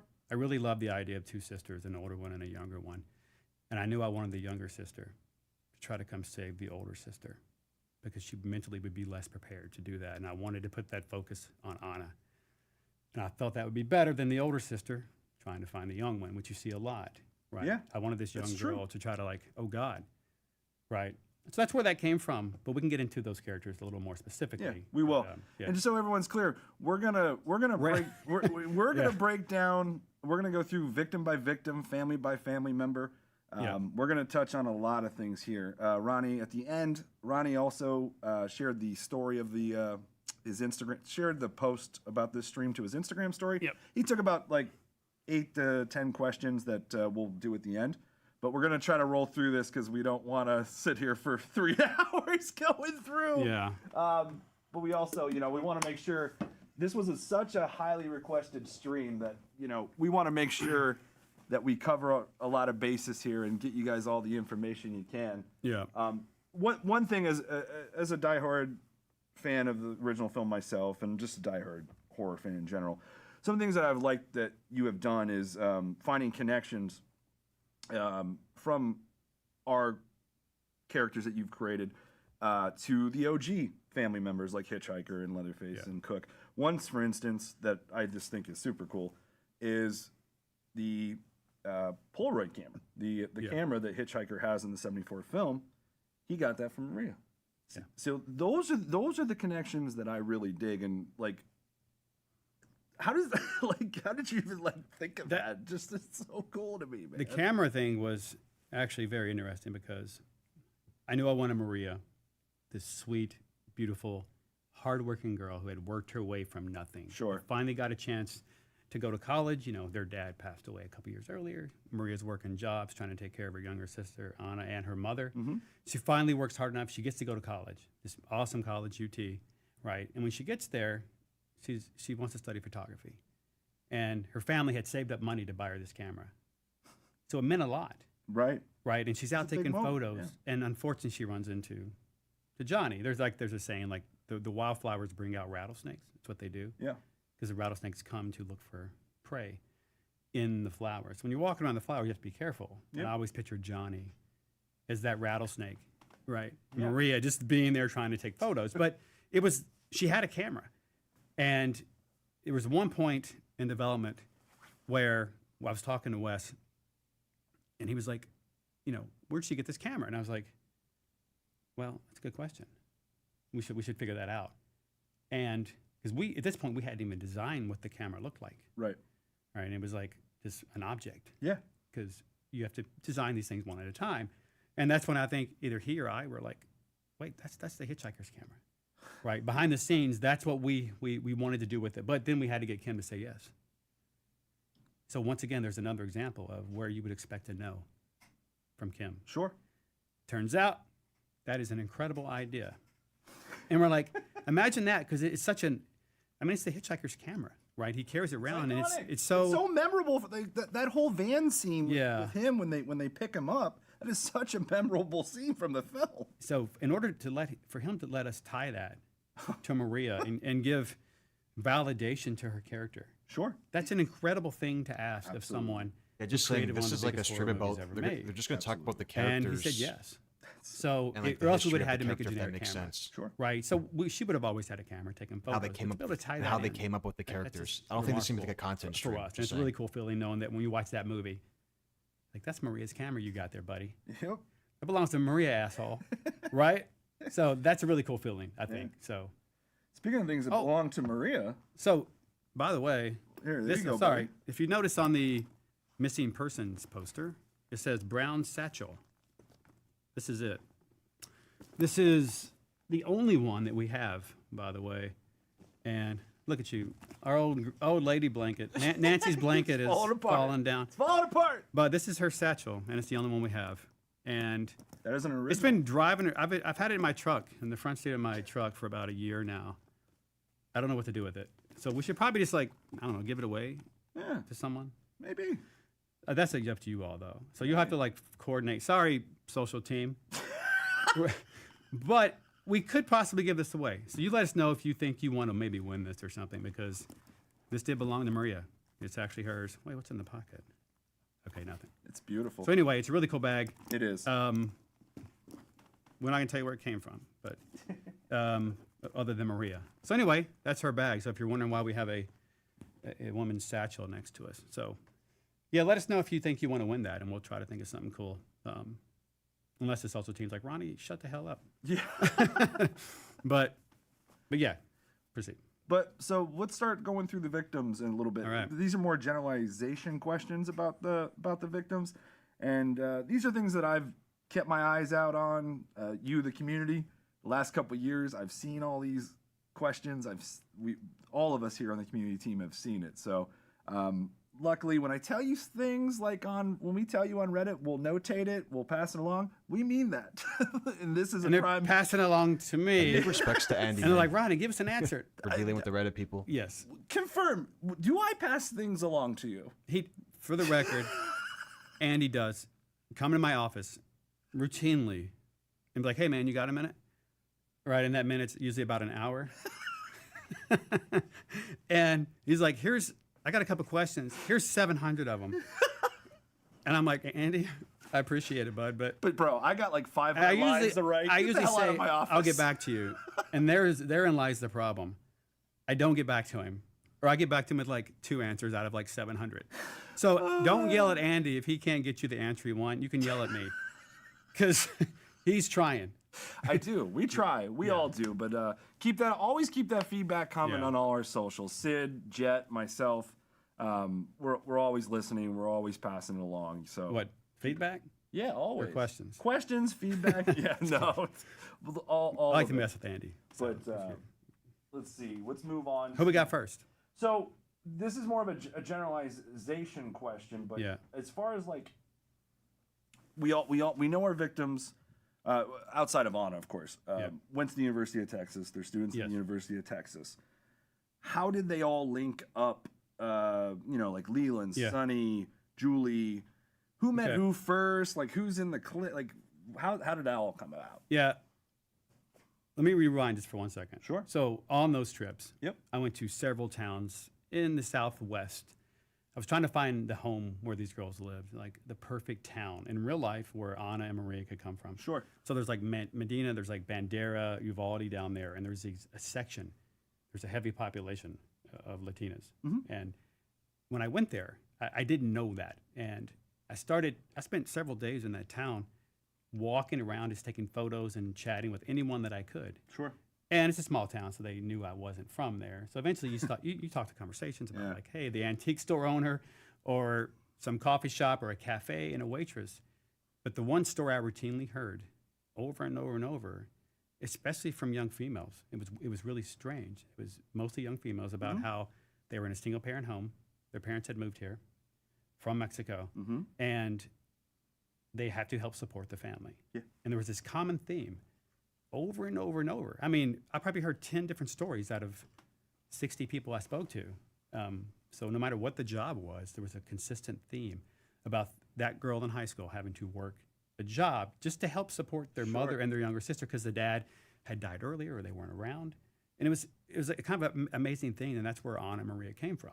And I love that idea of two sisters trying to overcome things when they had very, very little. So I knew the town where I wanted them to live.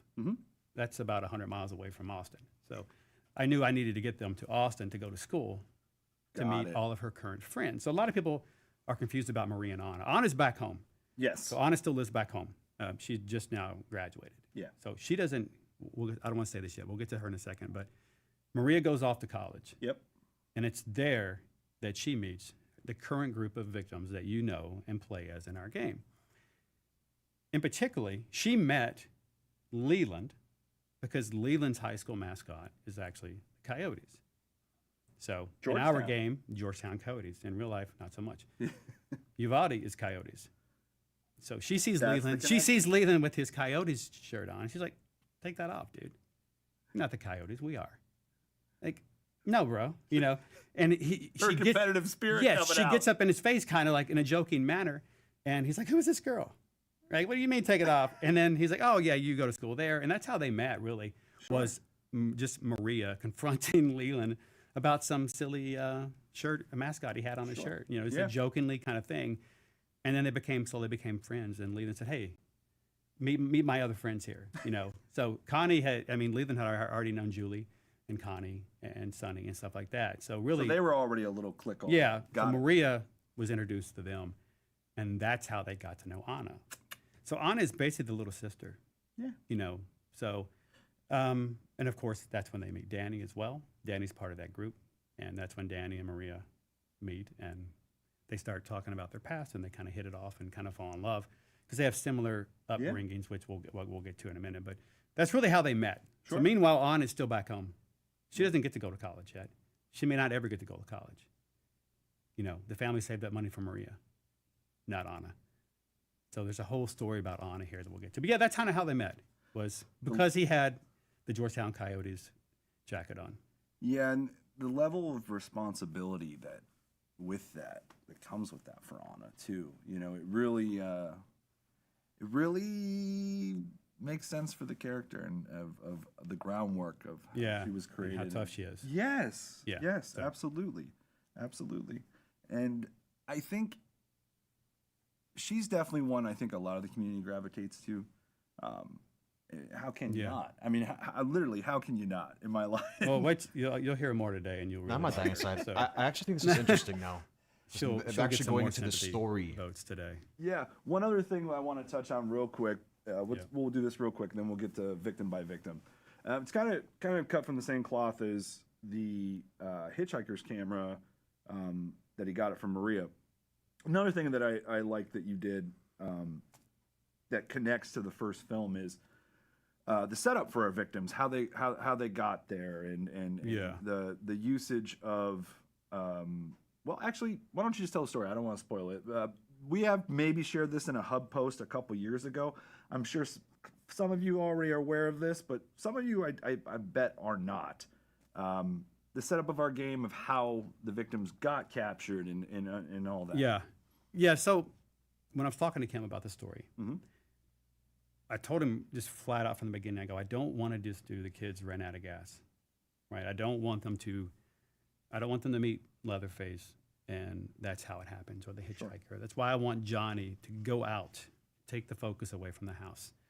Even though it's such a symbol in the first film, I need this new character to kind of bring our new kids there on purpose, as opposed to, we're lost, knock on the door, and they get killed, right?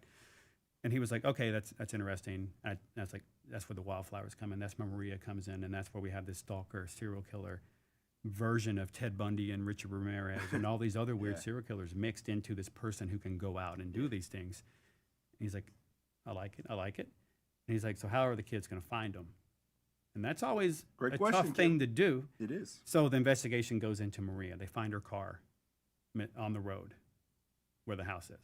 So that's where they find the car. That's in the news report. In our first trailer, Yep. you know, the police do find her car. There's no signs of foul play in the car. Yeah. So that would be her looking for wildflowers, right? Getting out, parking, Sure. things like that. Unfortunately, she never got back in the car. Yeah. But it looks normal. There's no signs of struggle. There's no blood. So they do know that she was last seen around that area. Right. And that's a report that comes out. So Anna hasn't heard from her sister in about a week. And that never happens. They're very, very close. Maria always calls home.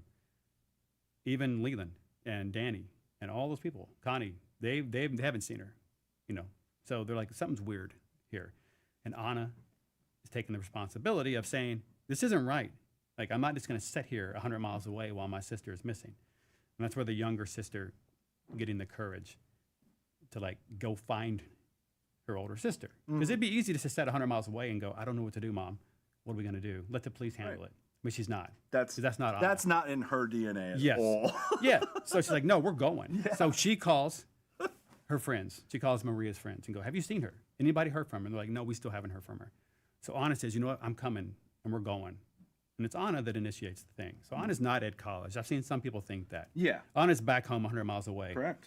And she's the one that wrangles Maria's friends. Although they want to go. Yeah, they want to It's go. Anna that initializes the whole But conversation. Anna's the leader of the whole mission. So now we have them all in the same car, except Danny.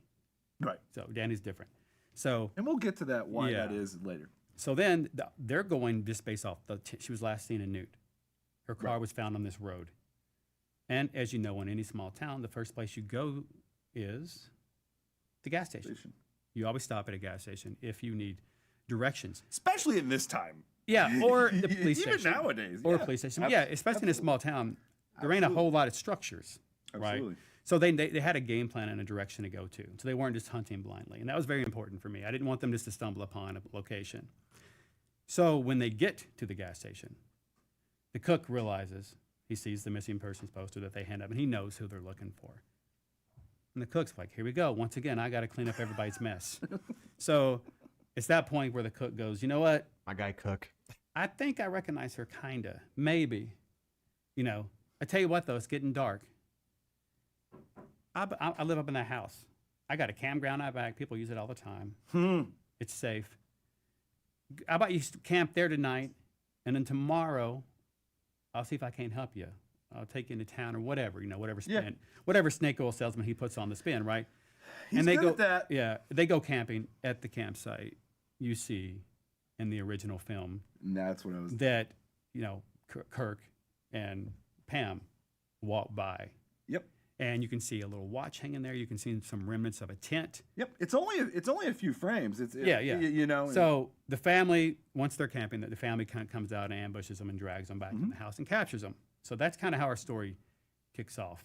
Yep. Of the cook knowing that he had to do something. Yeah. So yeah, it was really cool to tie that to the original film. Once again, that's another scenario where Kim said yeah. That's so cool. And it played out a similar way. I think we were talking here, me and Wes and maybe some other people, and like, well, where'd they go? How'd they get there? Where'd they stay? Yeah. Like, when do they get captured? Yep. How? So that little piece of that moment from the film perfectly allows us to do that. Yep. So that's kind of how we tied that together. And again, I'm going to repeat this a lot. I'm a huge fan of the original film. Can't hide it. It is what it is. Yeah. But the horror nerd in me appreciates these kind of things. And, you know, like I said, it's really, you can only see it in a few frames in the final cut of the film. But there is a deleted scene of that as well. Yeah. I think you can even find that on some behind the scenes. One of the cuts. Yeah, one of the, yeah. There is a deleted scene where Kirk and Pam do go to this campground. So to kind of like lean into that even more for this, I love it. As a fan. It was awesome, like just to put a bow on. Yeah. You know, and it would be fine without it probably, but it was cool to tie that together. No, so. That's with Hitchhiker's Camera being Maria's and that tie-in. Yeah. Those are the kind of things that really just hit me in the heart and just I love. Yeah, it's more authentic that way, and that's kind of we obviously we try to focus on that. So if it's there, try to use it. Yeah, in a way if it makes sense. So. Well, you want to start off with Sonny? Let's go. What do you want to know about Sonny? Well, let's see. About his girlfriend? Oh, That no one knows love about? interest for Sonny? Yes. So people really don't know a lot about Sonny. Yeah. They know he's kind of a nerdy guy, I guess, a little bit, because he's smart. I guess they assume he's a nerd, and he is. But yes, he does have a girlfriend. Just so we're clear, like, there's a lot of stuff that I created a lot of miscellaneous things for this game that never see the light of day. Sometimes they're pieces of concept art just because I want to visually see it happen. Yeah. Sometimes it's text. Sometimes it's lots of variations of the script. Sometimes it's VO lines that get thrown away. I've made structures that get deleted. I mean, there was one corpse I made that was so disgusting that we took it out of the game. Like, it was too much. So there's full 3D models of this gore and things that we made to put in the game to see how it looked, and then we delete them. So Sonny's girlfriend never got deleted, but what I didn't get to do was create concept art because it wasn't a main character. Right. So a lot of these relationships are things that I know that I never got around to making concept art for because they were never going to be playable. They're not in the game, and it's just lore based. So unfortunately, I don't have this. Might have to start of playing her. Sonny more now. Okay. But I'm just kidding. her name's June. I was just going to say, does she have a name? She does. It's June. And what's funny is I never really got around to deciding what she looked like. But I do know she was very important to Sonny. So if the community wants to take a shot at like creating June or what they think Sonny's girlfriend looks like, that'd be great. And you can just send it to me. Get on it, folks. You can send it to Andy or me or, whatever you want to do. But it'd be cool and interesting to see. But she's nerdy like him. And, Sonny's into like 2001, The Space Odyssey. Oh, like as am I. He's into like War of the Worlds and like the early Godzilla films. Like he's a 50s sci-fi buff, ain't he? He is, but he's got some slick clothes, right? Right. So you don't. He does got the drips, He man. does. He So really you, does. You don't really expect that out of him. Yeah. But that's where his intelligence level comes in. He's really just a big nerd. And him and June are like these. She gave him a bracelet, so some other items. So some of Sonny's clothing could be from June, if you know what I mean. Yeah. So you ever seen two people that are afraid to like fully commit, but they like each other and they don't know what to do? Sure. They're both afraid to like kind of make the first move. That's them. Yeah. They're like this cute, nerdy couple that doesn't really know what to do, and they just like adore each other. But that's Sonny. He's such a nerd. But yeah, he does have a girlfriend. Her name is June. I don't know what she looks like. Well, I never got around to making her. I'm going to go on a limb here. Yeah. But I'm going to suspect that we will see some fan art of June in the coming weeks So, and days. She watches Never she watches the underestimate movies this with community. him. Yeah. They are. So Sonny's really like the biggest sweetheart in the world. Like because he's just such a nerd. And of course because of that he's gonna go, right? Yeah. It's not like the toughest guy in the world, but he's definitely gonna go try to find his friend. Sure. So he tells June, "Hey, I'll be back." He may not use his and that's like the last thing he said to her was, "I'll be back." Yeah. He's going to use his wits. And she's He's like, not "Here, gonna take use this," his muscle. and Take it's this. jewelry, right? Yeah. So anyway, that's Sonny. But yeah, he just is Sonny. Is there anyone in the original group that he's closest with, like a Leland, What's funny is Leland is his boy. So oddly enough, they are really, really close. Okay. And it's in that big brother kind of way, pick on you kind of way. And he's trying to give. I always pictured Leland giving Sonny girlfriend advice.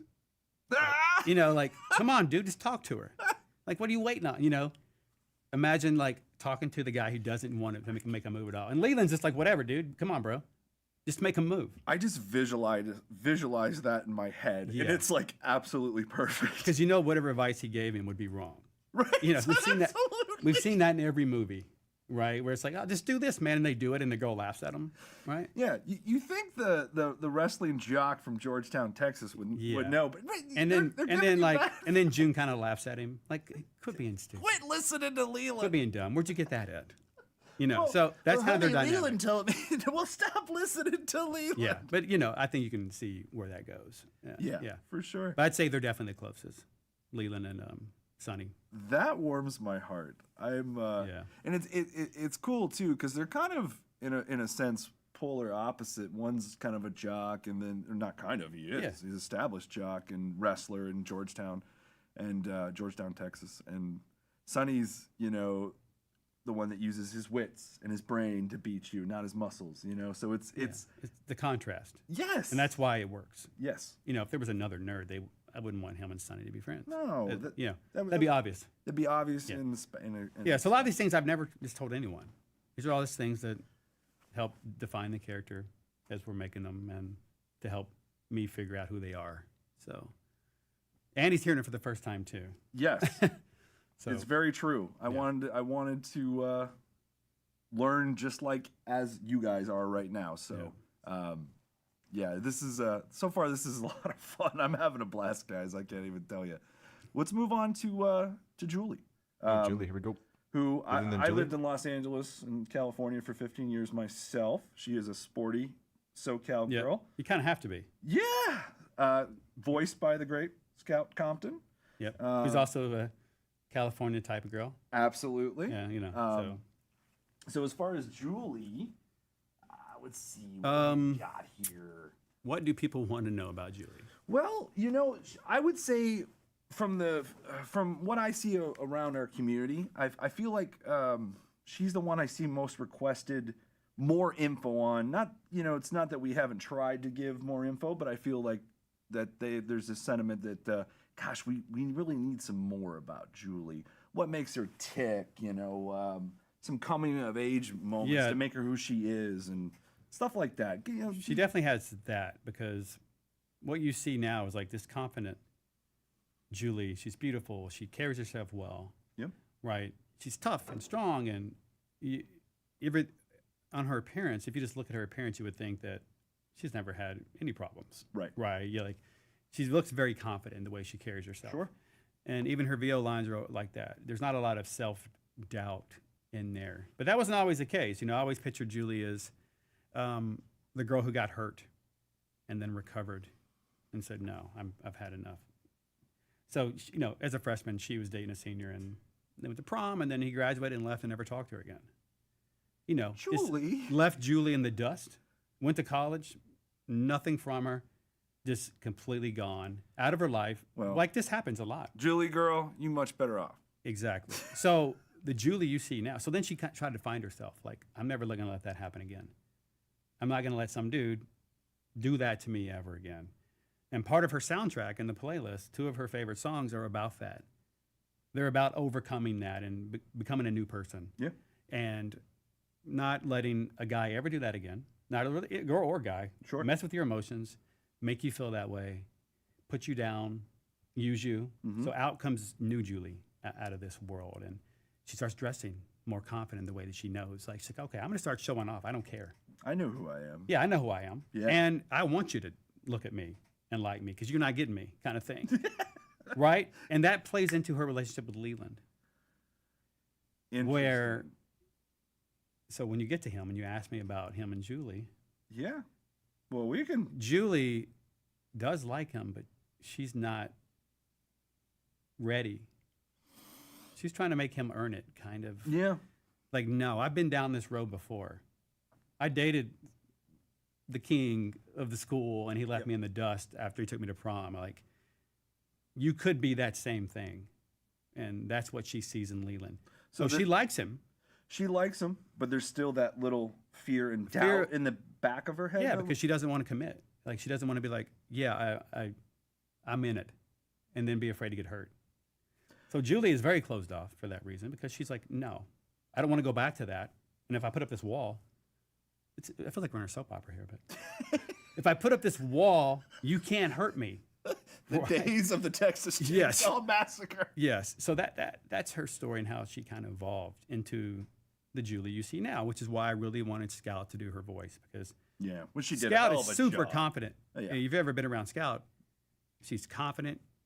You would never know if something like that happened to her. Right. Right. And I'm sure like everyone it has. But it's what you see now, and that's the new Julie. So yeah, her relationship with Leland is a little weird. She does like him, and she wants to do that, but she's still trying to figure out if he's going to hurt her, or trying to make him earn it, get to know him more.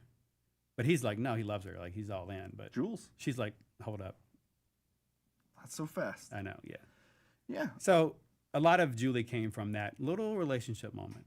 So when Yeah. we designed her character, confident, strong, she's like stamina. Yeah. Like she plays sports. She's got the confidence Sure. there.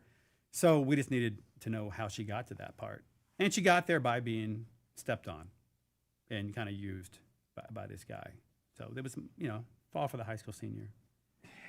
I hope, can't blame her for feeling that way. Yeah. You really can't. That's a good segue into Leland. Yeah. So what do you got for Leland? What do we got? Let's see. Let's take a peek. I know there was a hub post that came out a couple years ago that Matt Chacha wrote, and it was a great piece on him. It talks about, he was kind of the king of the world in the wrestling days at Georgetown High School. He kind of, he was on that pedestal. He was a really good wrestler. And then there's like, was once he got to the University of Texas, was there like kind of like this transition for him? Was it a weird transition for him? I guess because you're far away. I mean, not that you're far away from home, but going to the University of Texas, leaving Georgetown, there's a difference there. Yeah, Georgetown's probably 20 miles. Okay. 30 minutes away. Yeah. So now they probably almost consider it a suburb of Austin, but it's not. It's a different city. For Leland, if you haven't guessed, not a lot of characters in the game have a happy ending. So I don't know if you put that two and two together, but wait, they're called victims, right? Yes. So even their life has a lot of that. Their backstory has a lot of that. So yes, he wrestled in high school, and like many people in high school who play sports and they're really good, doesn't mean you're going to be able to play at the next level. So here you have this super confident guy, Leland, who has had to work for it. Yeah. Like you don't just get handed that. That's Sure. years and years of training to be a good wrestler, and then he figures out he can't go to college and wrestle because he's not good enough. Like being good enough being the best in a pond is not the same as the ocean. Definitely not. So he can't go wrestle. So now he has to go through college trying to find himself again. Every bit of his identity was wrestling in high school, and now he's just Leland. So he's the guy who used to be Leland. Yeah, if that makes sense. No, absolutely, it makes sense. So it's safe to say that when he got to college, there were some confidence issues going on. Yeah, with him. and he doesn't know who he is anymore, and he's trying to find himself. One thing that people don't know, and part of Leland came from, like, I love a show called Friday Night Lights. I love the movie as well. I've seen it about 150 times, but I've seen the show, every episode, about 1,000. Mm-hmm. It's my comfort show. I put it on and watch it.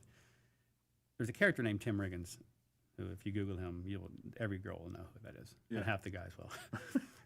Anyway, he graduates. He's like the star, but after that, nothing. And one girl says to him one time, "Aren't you the guy who used to be Tim Riggins?"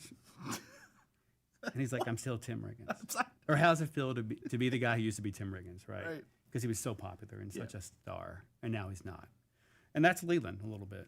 That's what do you do after you have nothing? Everything you've had is gone, and you just have to exist. And you've had your whole identity just not taken, but you lost it in a way. So yeah. And now he sees Julie, and he likes her, and he's not used to that. He's not used to a girl telling him no.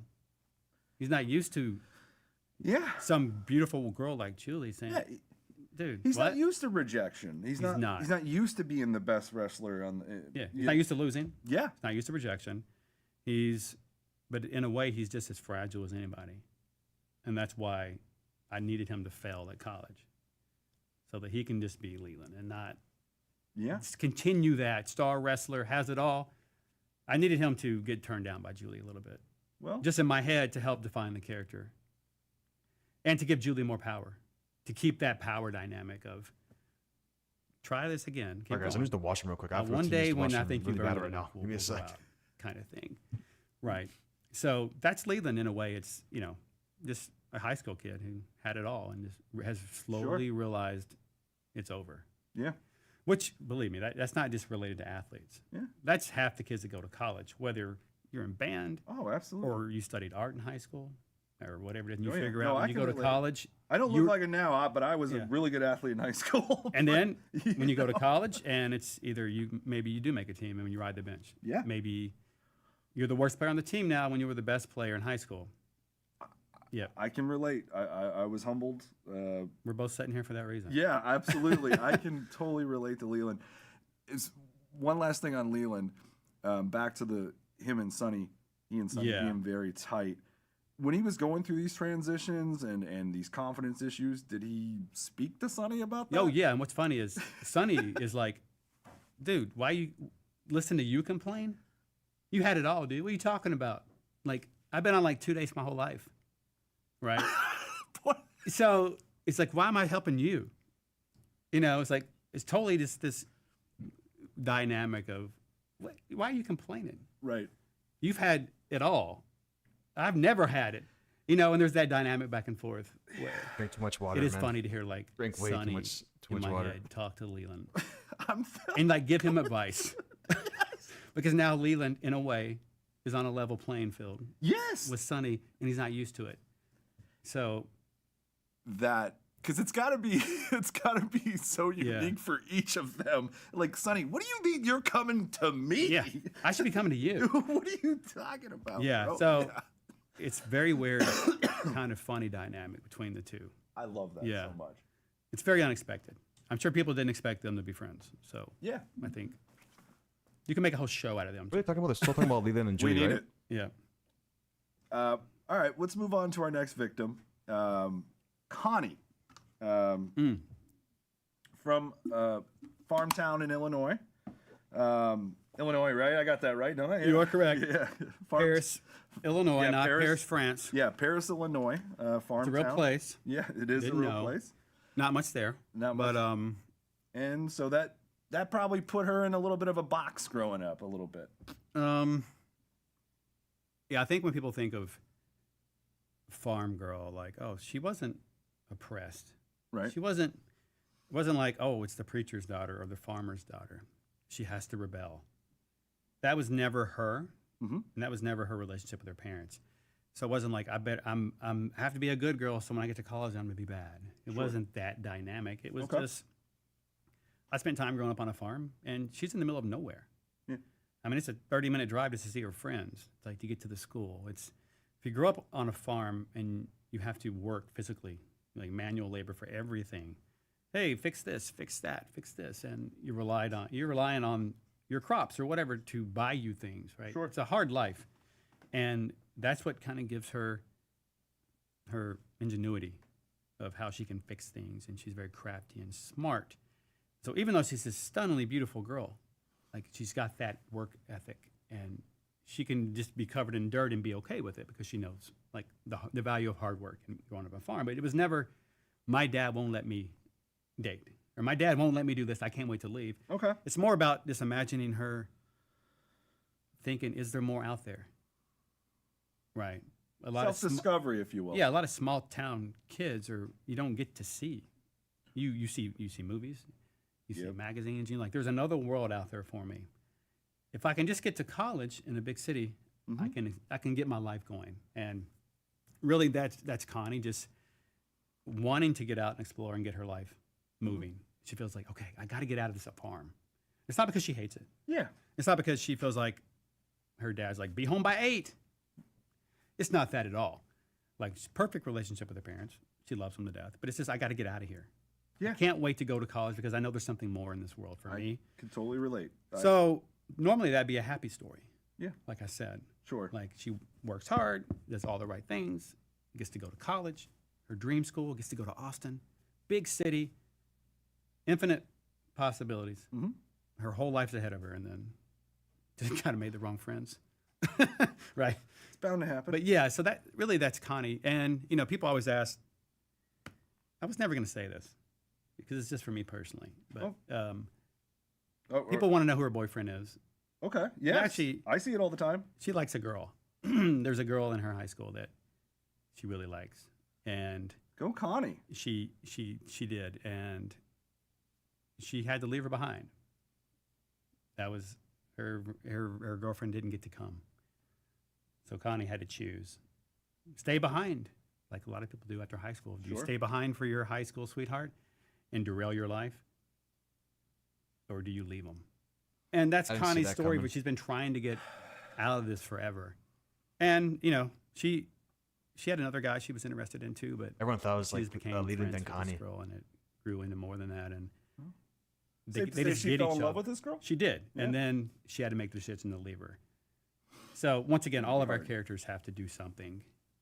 Their stories all have an underlying tone of either try to like have some self-sacrifice. You have to do this. You have to overcome this. Yep. Or they get hurt. There's no clean like victory here for anyone. So really, that's Connie having to leave one of the few people behind that she likes and trusts. Yep. You know, just to continue living her life. Yep. So, and that happens, I think, every day. I can't see the chat right now, but I'm gonna guess it's exploding.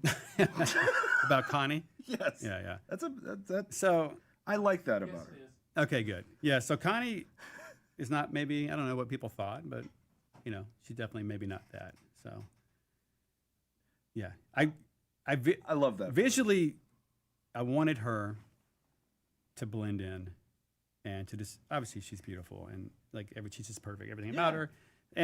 But I wanted something more than that. That's why she is very, very good at picking locks. And she's got that homemade skill of overcome. Hey, fix the tractor. Hey, fix this. Hey, our fence fell down. We got to fix it. We can't hire Right. one to make it. Right. She's completely tough, but she may not look like it. Yeah. She's not, you know, wearing overalls or something like you would expect, maybe. So I like the contrast of her beauty versus what she can actually do. You know, she could put up a fence and I couldn't. Right. Nor could I. Right. So I love that dynamic. She kind of reminded me of like Jodie Foster a little bit. Oh, when love that. when I was thinking of her character. Okay. About Oh wow. yeah, sorry, I never told you that. Light bulb just went off. So like, you know, Jodie Foster has that beauty, but she's also tough. Yes.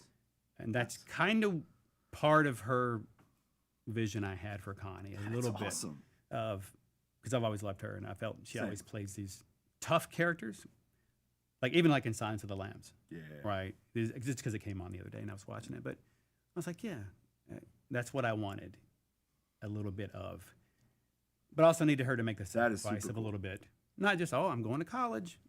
I needed her to leave something behind. Sure. So that it meant more. So yeah, there's Connie. I really don't know what this girl looks like though that she likes. Okay. So once Well, again, community. you know, well, I do know that people love creating fan art. Yeah. So There's been a lot of fan you art know, tonight. anyway, That's for I sure. would Always definitely not, keep- I definitely wouldn't turn down seeing fan art I would not. of anyone we mentioned today. So Does her girlfriend from high school have a name? No name. sure doesn't. Well, Because at that point they didn't want people to know.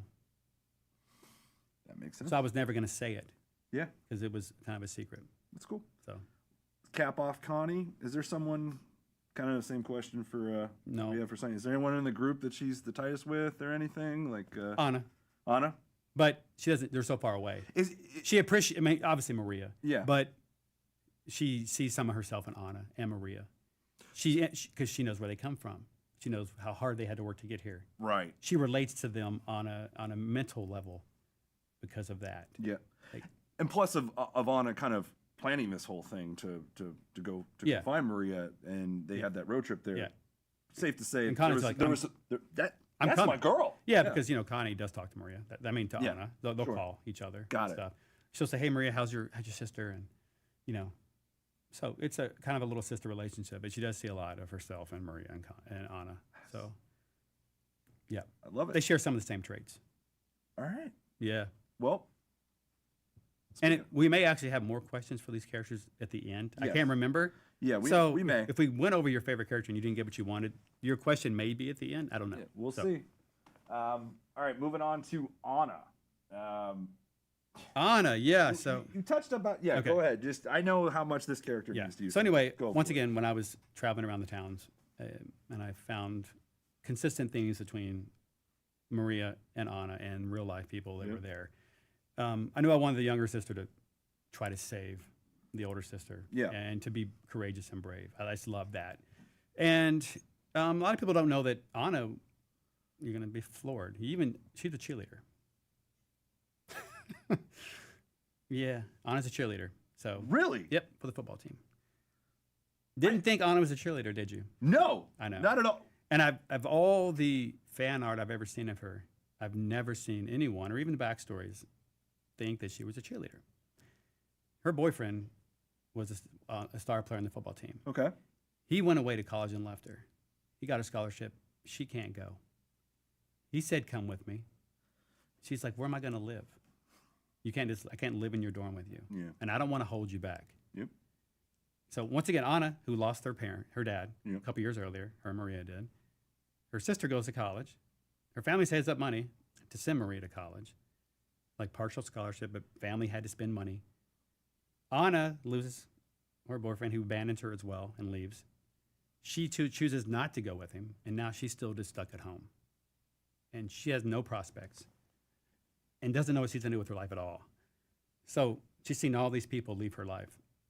So she's had years of working hard, obviously, to try to like help Maria, because Maria's working to support her, and she's also trying to work, but she's a couple years younger, right?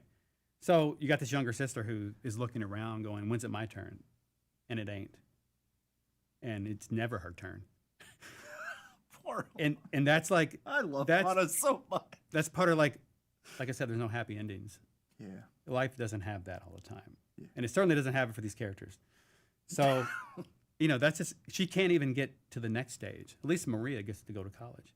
Connie got to go to college, right? All these characters who, in our story, meet at college. Anna is just still at home, trying to figure out what to do next. Do I work and try to save up? Do I go to a different college if I can? Like, what do I do? I've graduated now. We know she's tough physically, and she's definitely tough mentally. Yeah. But Yeah. this had to affect her a little bit mentally. Yeah. And I mean, that process of all, I mean, she can't pursue any passions, goals, yeah, what are you going to do? Yeah, and It's a small town. So, like, for instance, Maria's passion was photography. Does Anna have a passion like that? Anna's That's- whole existence was cheerleading and being there for her boyfriend and watching him get better and better and better at football. They even won the state title 5 months before our game takes place, because that's when the high school football playoffs are. Yeah. Which the Uvalde Coyotes really did win the state title that year. And that's their high school. So I was standing on that field one day taking photos, and I looked up and saw the state championship sign. And I was like, holy crap. That's so much. 1972 state champions. I had no idea. That's wild. And I was like, wow. So not only did her boyfriend play on the team, but he won a state title, which helps get you recruiting. Yeah. So absolutely. she gets to watch him grow up and get better and get more attention. But that also, she's happy for him, but at the same time, that means he's leaving her. So it's a weird relationship. She wants him to succeed, but that also means he's getting out of town. Yeah. He's going to college. And it's going to be far away. And he's like, yeah, come with me. And that's not how that works. No. Where's she going to live? Off campus? How's she going to pay for it? So she goes and gets some crappy job, and while he's traveling around playing football, and she was willing to do that. And he's like, or he wanted to do that. And she was like, no, I can't drag you down. Because she's still thinking about herself in that moment, even though her sisters left her. Yeah. And their dad died. She's still thinking about Anna. So she's still, she was still in that town. And then she gets the courage. You know what? I'm not feeling sorry for myself. I got to go find my sister. Yep. So all those things would normally maybe take a person and make them not want to help. Yeah. Or I'm just going to stay here, figure it out. They're on their own kind of thing. But no, even despite all that, she's like, no, I'm going to go find my sister. So that's Anna's stuff. A lot of sacrifices from Anna. Yeah. Yeah. It's kind of what you had to do. I mean, she didn't really have a choice, Yeah, other than let her sister die. Yeah. Right? Or not go look for her. Yeah. Right? Or drag her boyfriend back. No, you're not going to college. No. Right? So, she stayed behind with her mother. She makes a sacrifice to go, no, I'm going to stay with mom too. Because now she feels guilty for leaving her mother. Maria gets to leave. That is a lot but on the shoulders for a girl her age. Yeah. So she's like, do I just leave do I leave my mom as well? So that's poor Anna. That is poor Anna. Yeah. And now you like her more. Yeah. But yeah, cheerleading, people didn't know that. Well. And I almost put it in her bio, but I didn't. I took it out because I didn't want just I didn't want that to be there. Yeah. I didn't want that to be her identity. Well, I don't sound So- like a broken record, but I would expect some fan art. If there's not cheerleading, Cheerleader Anna. if there's not an Anna cheerleader fan art tomorrow, What do you mean? I'm be Before the upset. stream's over, the well, next 20, maybe they're 30 at minutes. work watching. I don't know where they're at. So you know, All right. Okay. Let's move on to our last victim. Danny. Our newest one, yes, Danny. Yeah.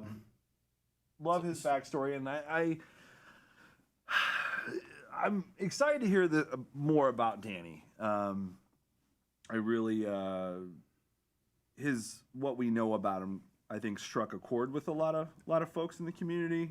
yeah, You know, growing up. in a foster home. Foster yeah, home, yeah. people are like, what happened to his parents? And you know, his mom left. His mom left him, and his dad was a drunk. So eventually, he got taken away and put into a home. And there's no good story for Danny, No. other than, yeah, he still did well.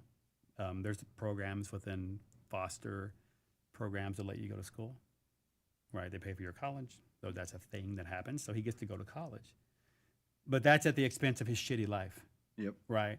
So it's like, yeah, I get to go to college, but only because of how shitty my life had been and the people had left me. Sure. So, yeah, he's got no real parents to speak of. He's not well equipped to handle things in life all the time, but he is handy. Like, he knows how to do things with his hands. He knows how to fix things. He's into cars and things like that. So he's a hardworking kid. Yeah. He's just never had the support, the family support, because they've been pieces of crap. He's a tough SOB. He's a tough son of a bitch, right? He is. So, and he gets to go to college.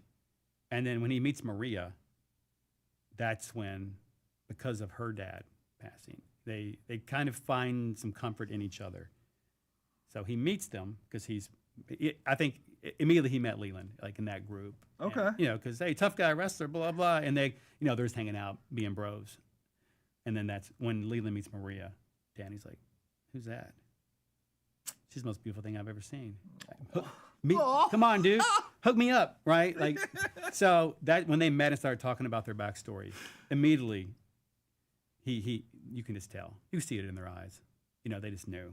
Yeah. You know, those are things you can't hide, right? So he knew what she had been through, and she knew what he'd been through. So they immediately clicked.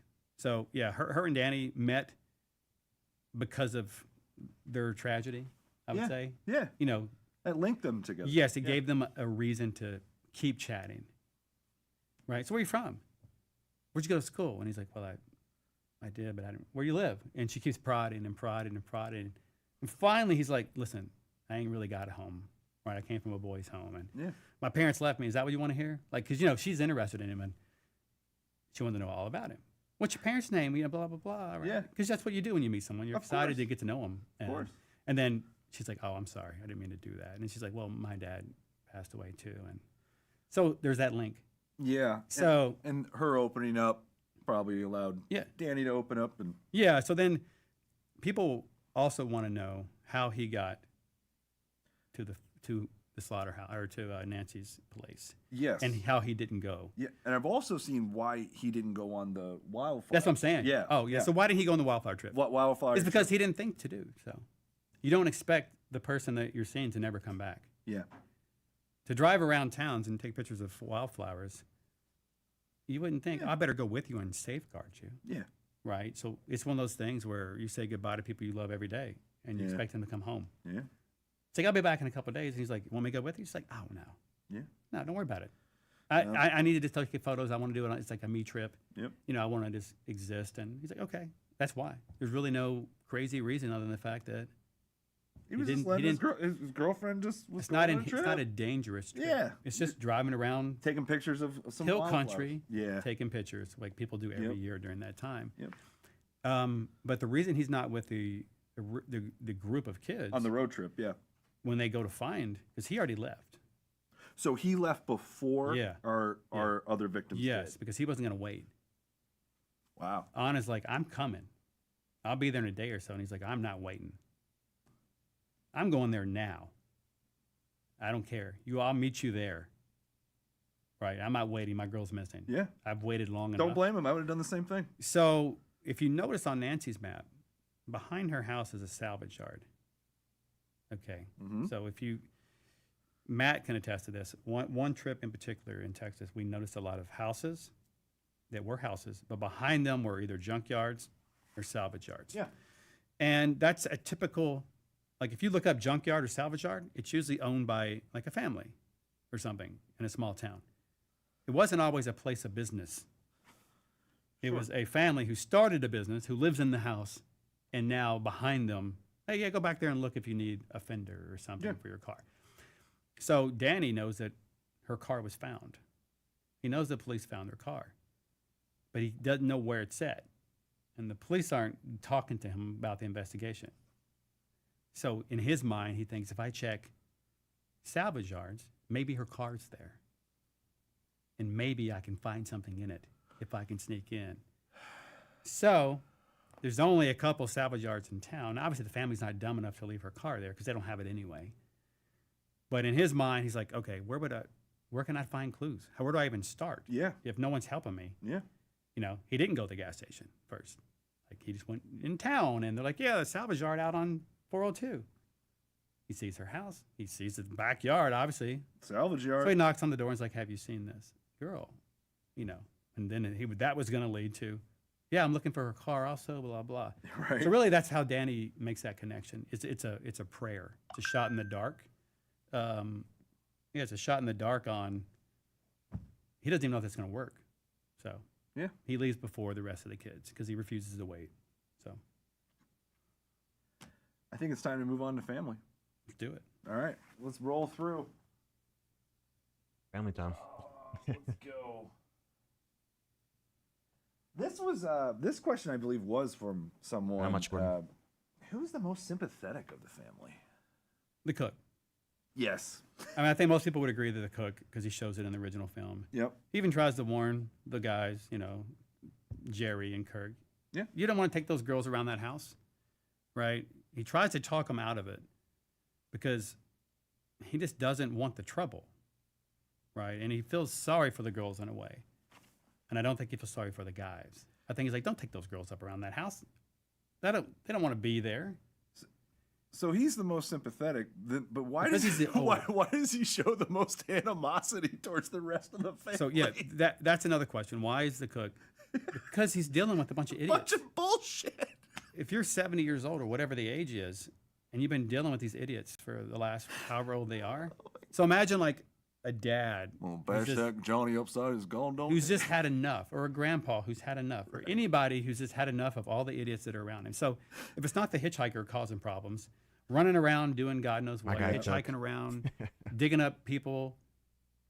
Every time he comes home from the gas station, he's got to figure out what the hell happened. Yep. He's got Leatherface at home. He's got Grandpa at home. Like, it's a circus. And now he's got Sissy and Johnny. Johnny's out doing God knows what. He can't rely on Nancy to, like, control him. No. So that's why he has such animosity, because he's tired of dealing with them. So every one of his voice lines mostly are in that funny, and it's in the movie, too. Like, all those VO lines of the cook yelling at Hitchhiker and Leatherface. Yep. That theme we carried over because we didn't want to change his character, and I was never going to step on Kim's characters like that. And all of a sudden, the cook likes the hitchhiker. Sure. So I kept that consistent with the film, and it makes him funny. Yeah. But in the reality is, he would be upset because they're idiots. Well, and truth be told, you just said it. He is. I mean, I don't know what that says about me, but the cook was my favorite character. Yeah, because he's funny. He's funny as hell. Yeah, his one-liners are funny, and even in the second movie, he's got tons of dealing with Chop Top and the hit. Yeah, absolutely. He's like, he can never catch a break. And really, that's why the cook is so fed up.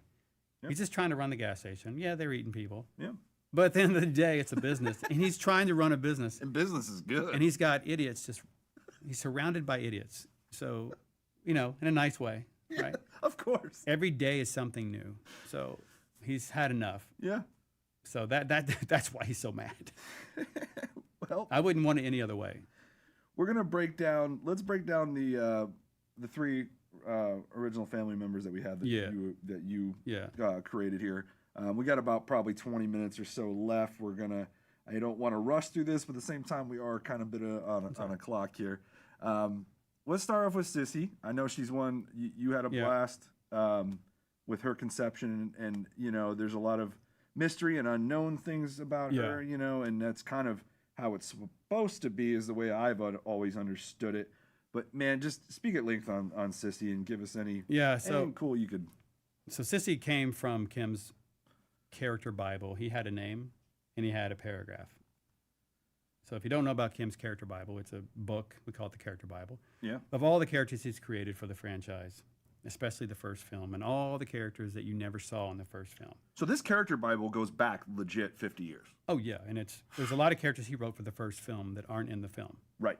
And no one knows about them. Yep. Unless you've seen this character book. Mm-hmm.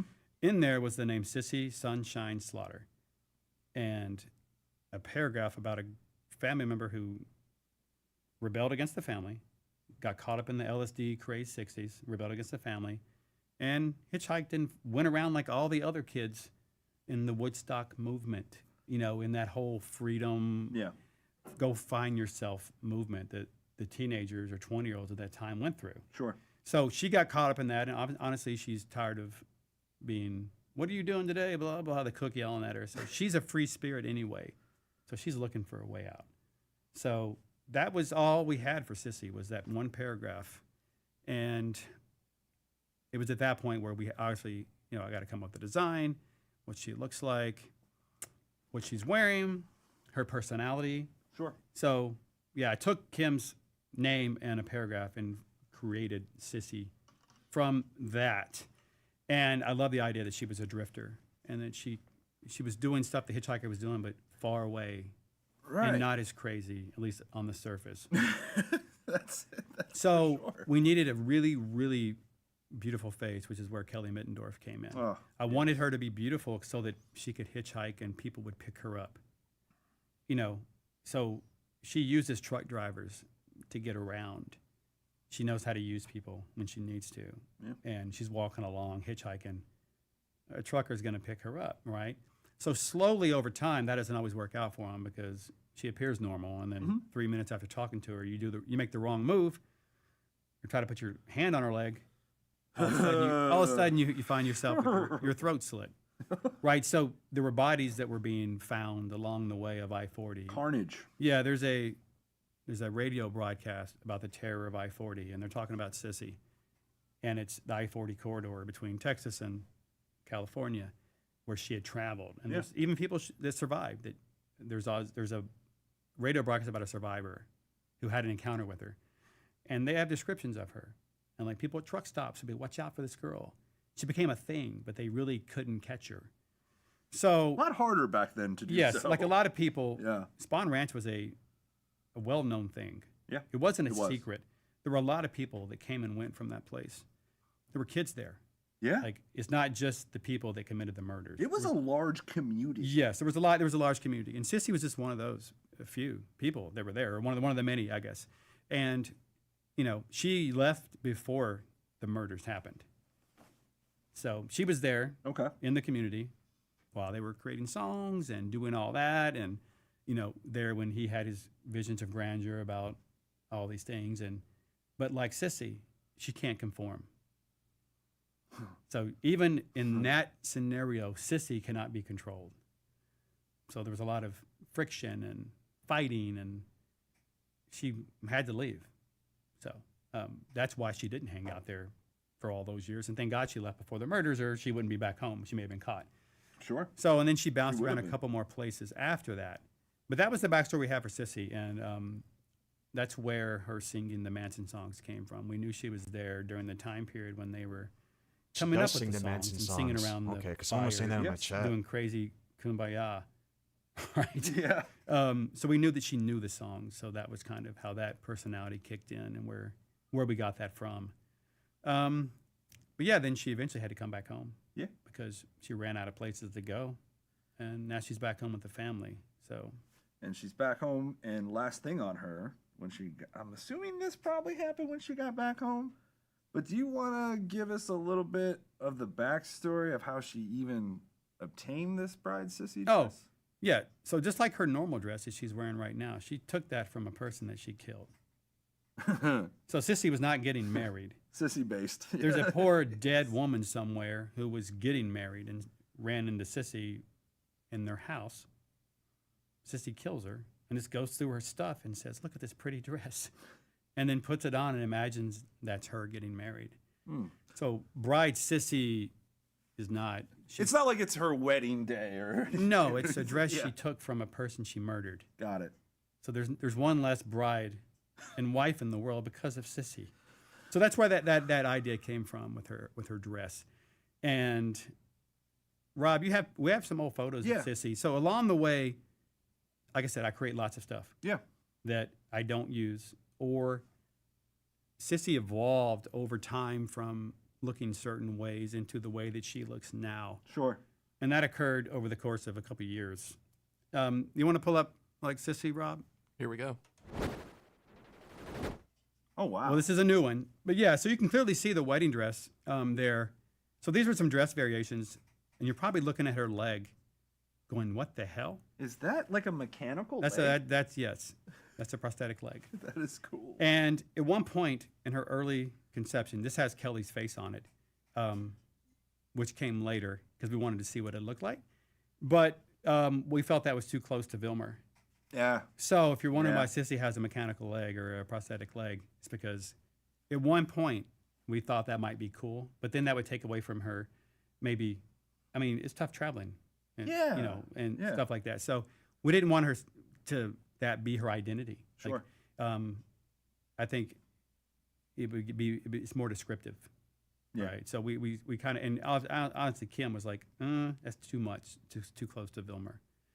So we took that off, but it shows you some variations, and I wanted to show you because there's the bride Sissy dress. At one point, we were going to I had an idea to maybe make that dress her default outfit.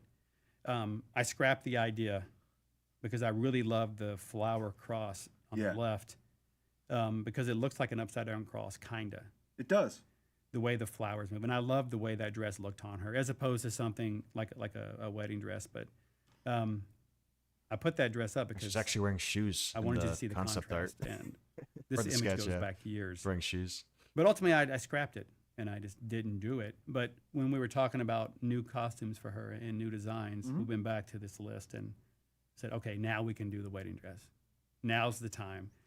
So then it's like, oh, where'd she get it? So then we tell people where she got it and the backstory, and they said, let's do it then. So really, the wedding dress is something I had in mind for her a long time ago. I just scrapped it. Looks so weird with like the leg dress too. on her. They're gonna do it, but because I just love the way it looks. And at one point, yes, she had a prosthetic leg, and you'll notice she has shoes on. Yeah. And boots. Yeah. So we were exploring a lot of different ideas for her but ultimately, Rob, next one, if you can. Yeah, ultimately, see, there you go. I narrowed it down to I said boots too. Combat boots, kind of like this little sneaker and one boot, and then barefoot. Yeah. So ultimately, I thought the boots were trying too hard, and then I thought the one shoe and the one boot was just too obvious. Like she couldn't even in her mind know that she put two different shoes on. Right. So I went against that because I don't know. Visually, it was. You see that girl hitchhiking, you're like, I'm not picking her up. Right. No, why she got a boot on and a shoe? Yeah. It's just another tell that something's not right. Sure. So barefoot. Oh, she just lost her shoes. Yeah. Poor girl. Yeah. Look at that She poor needs girl. help. She needs help. And that's where I settled on barefoot. It wasn't because I like bare feet. It wasn't because I like dirty bare feet. Sure. It was because I don't have a Tarantino foot fetish. Right. It wasn't that. It was just because I felt like, oh, that poor girl. She needs my help. Oh, she's walking barefoot? Pick her up. So there's some evolution of Sissy. Rob, there's another one. Oh, another one. And this was we were trying to figure out how short we wanted the dress and how low the cleavage was going to be. It gets, the dress shrinks as it gets to the right. Here's different but as well. as you can see, it's very subtle. So we had different necklines that I was experimenting with, different lengths, different amount of tears. But I decided on the original one was always the best for me. It was just, it was classic. It fit in nicely. It wasn't trying too hard. Yeah. We didn't need to oversell like her. She's already just beautiful. We didn't need to go, hey, now the cleavage is low and now you can see half her butt hanging out because there's a rip. We didn't need to go down that route because she already was perfect. But at one point, we did think about that. Yeah, you're right. She does have this, and Kelly gets a lot of credit Yes. for that. Just a unique beauty, you know. Yes, and sometimes you can go overboard with that and try too hard. Yeah. So this was me going, wait a minute, what's it actually look like? Let's make it so I can see it visually to know that I don't want it. Yeah, so there's another one too, I think. There's some Another really one. old designs of Sissy.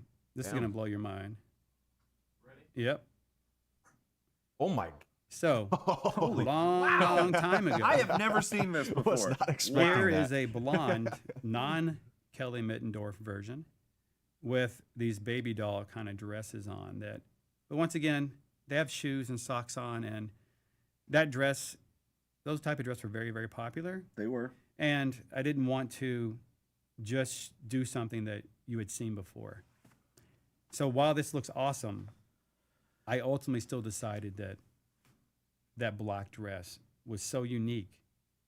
I hadn't really seen it before. Sure. Whereas these I'd seen Renzo. everywhere in that time period. A lot of models wore these. You know, the pigtails were very, very obvious. Right. Yeah. And I didn't want her to be too much Harley Quinn. Good point. So I steered away from this, even though I love this character. Yeah. I still wanted to stick to the black dress. So next one. Oh, they got Once another again, one. dark too. hair Wow. now. There you go. Oh wow. So it changes her completely, and she's got these ripped stockings on. Once again, she has shoes on, and these dresses are not unique. I mean, they're cool for the time period, No, and they're they cool are. now. They're cool now that you see them because they're different. Sure. But when I compared them to her black dress with the flowers, and I wanted to tie in the flowers, Yeah. there's a constant theme of wildflowers Yeah. in our game. There is. Sissy uses the flowers.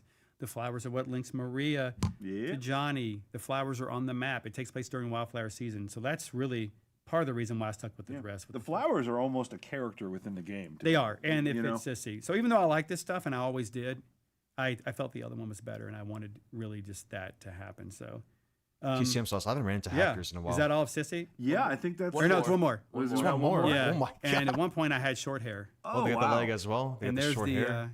the prosthetic leg, Yep. which was still an awesome idea. I love it. But Vilmer. We didn't want to Yeah. step on Vilmer's toes. Yeah. So we had to cut that. And there's one boot, one shoe. One It was probably for the yeah. best. But yeah, like the short hair version was always kind of cool. I like the short I picture hair, her actually. cutting her hair with that razor Dude, I to get away from the authorities. totally see it. So along the way, that was me envisioning that her changing her look on the fly.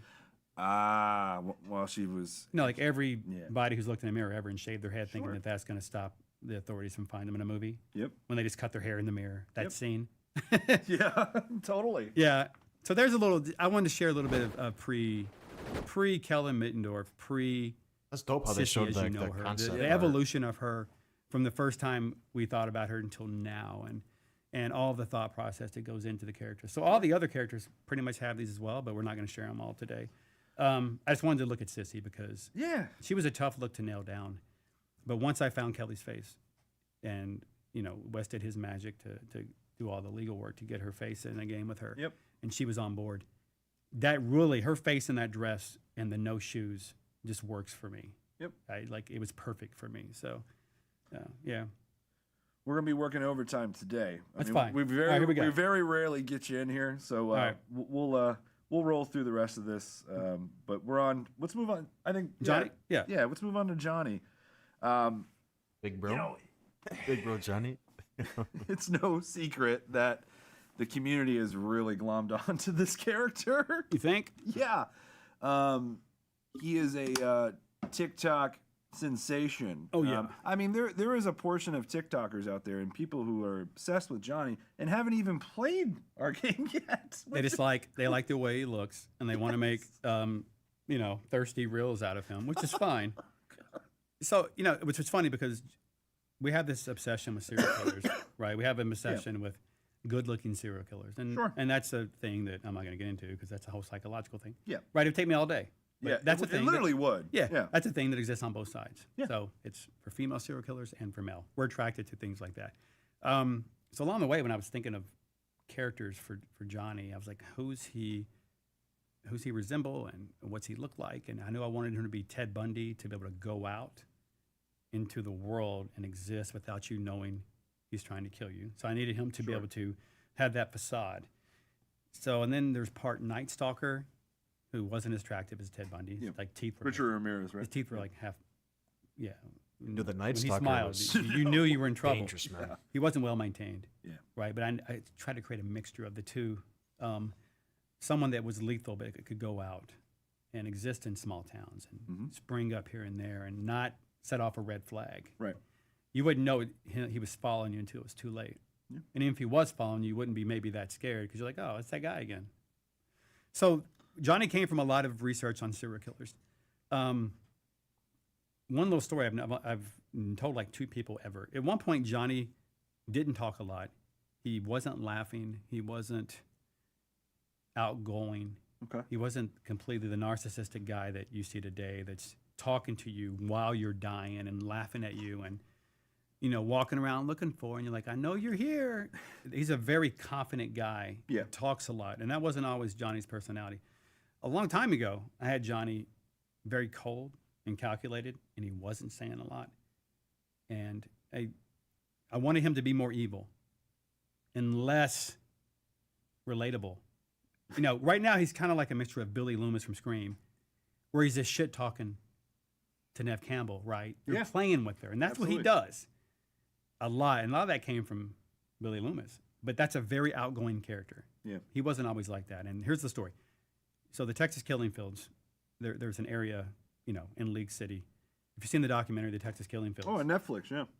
Before that came out, on one of my Texas trips, and I don't know why, I researched way too much and went to real locations where things had happened, like cult-wise, serial killer locations, places like that. Just try to like figure out, just do research, and it was too much, right? But I did it anyway. I'm curious if they're going to talk about And I was like, Nancy you know what? I and want to. Cook. There was a phone booth that they mentioned in that documentary Because of that I wanted picture to from the find, trailer. Because I was near that area. I go, I'll find this. So I think I know where. I know it's on Main Street, and I think I know where it is. And I get there, and I'm sitting in the parking lot, and I have this little book that I don't have on me, where I write all my ideas down in. I was trying to figure out what Johnny was, and the phone booth was different. It wasn't actually there. It was moved a little bit, and it's a new gas station. And I look over, and it's at the corner of Main Street and Hobbs, which is my last name. Literally, I did not know this. What? I looked over and I see Hobbs, and I'm just like, That is this freaky. this is messed up, and That this is too weird. Wild, dude. And it was at that point where I was like, this is enough. I'm done. I don't know what it was about seeing that side street named Hobbs, Main and Hobbs. I'm like, what are the chances that my last name is 10 feet from me? And I'm sitting there trying to look at this damn payphone. For what? This is stupid. This is too much. Right? So it is that point where I go, you know what? I don't want to make him that cold and calculated. It was too eerie. Yeah. And then when I looked at the area where, like the field, the main field where they found a lot of those victims, I was like, I don't want to play into that anymore. I want to turn Johnny into this boisterous, outgoing character who can hide some of the fact that he's a disgusting dude behind some of the lines and laughing and smiling. Because at one point he wasn't. Right. And it became too cold and too calculated. Yep. And when I saw that sign, That's when I was pushed like- you in another direction. yes, I was like, that's overboard. So it's a funny story that I never really told anyone. A lot of people here don't even know the story. But yeah, just weird seeing that. And that at that point, Johnny took a turn to be more outgoing. He's still saying some nasty stuff. Yeah. But I don't know, there's something about him that works because people enjoy the way he talks and messes with you and plays with his food and the hunch. Yep. It's almost so overboard Yeah. that it takes away from the coldness in a way. Yeah. So that's how he happened. That's how that happened because I looked over and saw a damn sign with my name on it while I was looking at a payphone where the serial killer would watch people at a payphone, and that's how he would track them. That is absolutely. It was just so weird. I was like, okay, dial it back. So we have some old photos of Johnny that people are going to laugh at. I got photos of Rob, Johnny. you want to pull them up? Here we go. All right, get So ready. Johnny went through several variations too. Here you go. And look, so this is kind of like one of my favorite movies is The Outsiders. Oh yeah. It's one of my favorite movies. And Matt Dillon. That's It's like wow. a toothpick. Yeah, This is the see it. second pick. I always loved that character. But what's funny is if you look close, he's got Maria tattooed on his forearm. And for Nice touch, Ronnie. for the longest time, I had a side story in my head where There's a tattoo he there. really, really, really liked Maria. Right? Like genuinely like. Yeah, so I wanted to see what it would look like if he did a homemade tattoo. Now, that wasn't the tattoo I was going to use. Right. But if you're wondering why there's a Maria tattoo, it's because I wanted to see it, and I wanted to maybe explore that, but it was unreasonable. Like, it wasn't going to ever really occur. It wasn't going to happen. It was kind of just a pipe dream, and I wanted to experiment with that. Yeah. Like, what if he did want to leave the family? Yep. What if this was her that he found that got him out of that life? But that's not how serial killers work. They don't all of a sudden just go, oh, I like that girl, I'm going to quit being a serial killer. It may last a year. It may last 2 years. Yeah. And then they go back to killing. Hell. So it was a pipe dream. It's a fairy tale. Serial but killers have I'm had sure wives for decades, and were serial killing during their marriage. Exactly. So I always thought this, and plus this is really too good looking. Like, this guy is really, really kind of suave, and He's definitely leaner and more. Yeah. You know, like especially in the abdomen. so he just area. didn't work for me. Yeah. Like, but I love it, but it didn't work Yeah. for me personally. I agree. So there's another one, I think. Yeah, another one. Here we go. So here's some old sketches of faces, and you can see the one we're going to use at the top left. We did use, but this is where I was like, okay, I need him to be more friendlier looking, but I didn't really know. I started down a path of like, That's the top. to right, me, the by guy way. on the I'll have my right, webcam right here. looks That's like the top right. someone you would see at a gas station, So you guys can see it. like in a small town, Right. right? Right. So it was Right. that innocent looking face that you wouldn't Gotcha. know, that you wouldn't particularly know he was going to kill you. He could fit in anywhere, right? Whereas I needed him to be darker, though. I needed him to be more brooding. Yeah. Which is where Johnny on the top left comes in. So we went through a lot of variations of face, a lot more than this. But this was almost his face. That bottom left one was almost his face in a way. But it just wasn't cold enough. You know, I needed him to be a little bigger, a little stronger, a little more menacing looking, a little more cold. Like, look at his eyes up there and look at the guy on the bottom. Oh, yeah. The guy on the bottom looks like he may be up to something, but Johnny up the He's top, more inviting. yes, he's more friendly. Yes. So I needed more cold brooding. So eventually we did land on that top left photo. That hair's not the same. I forget where that hair. We went through like 400 versions of hair, but yeah, it's funny that Johnny almost looked like one of those other people there, because we found a lot of like old photos of like small town Texas gas stations, and there was always just like a regular looking dude in there helping, right? Some 20-year-old dude in there helping, who didn't look evil. He didn't look nice. Just in between, just hanging out in between. And so, yeah, ultimately, though, Johnny, to me, his face is where I wanted it to be. And it took us a long time to get there because I didn't really know what I wanted. Sure. But, yeah, we messed with a lot of different variations. So, yeah. What else? Is there another? One more? There's one more. I forgot. I don't even know what this is. What is this? Oh, here you go. So a little story. Johnny was going to be shirtless the whole time. So I was going to launch the game with shirtless Johnny. Got the white shirt. He never Johnny. had a shirt on. But however, I could never personally get the muscles where I wanted them. I just couldn't figure out what I liked.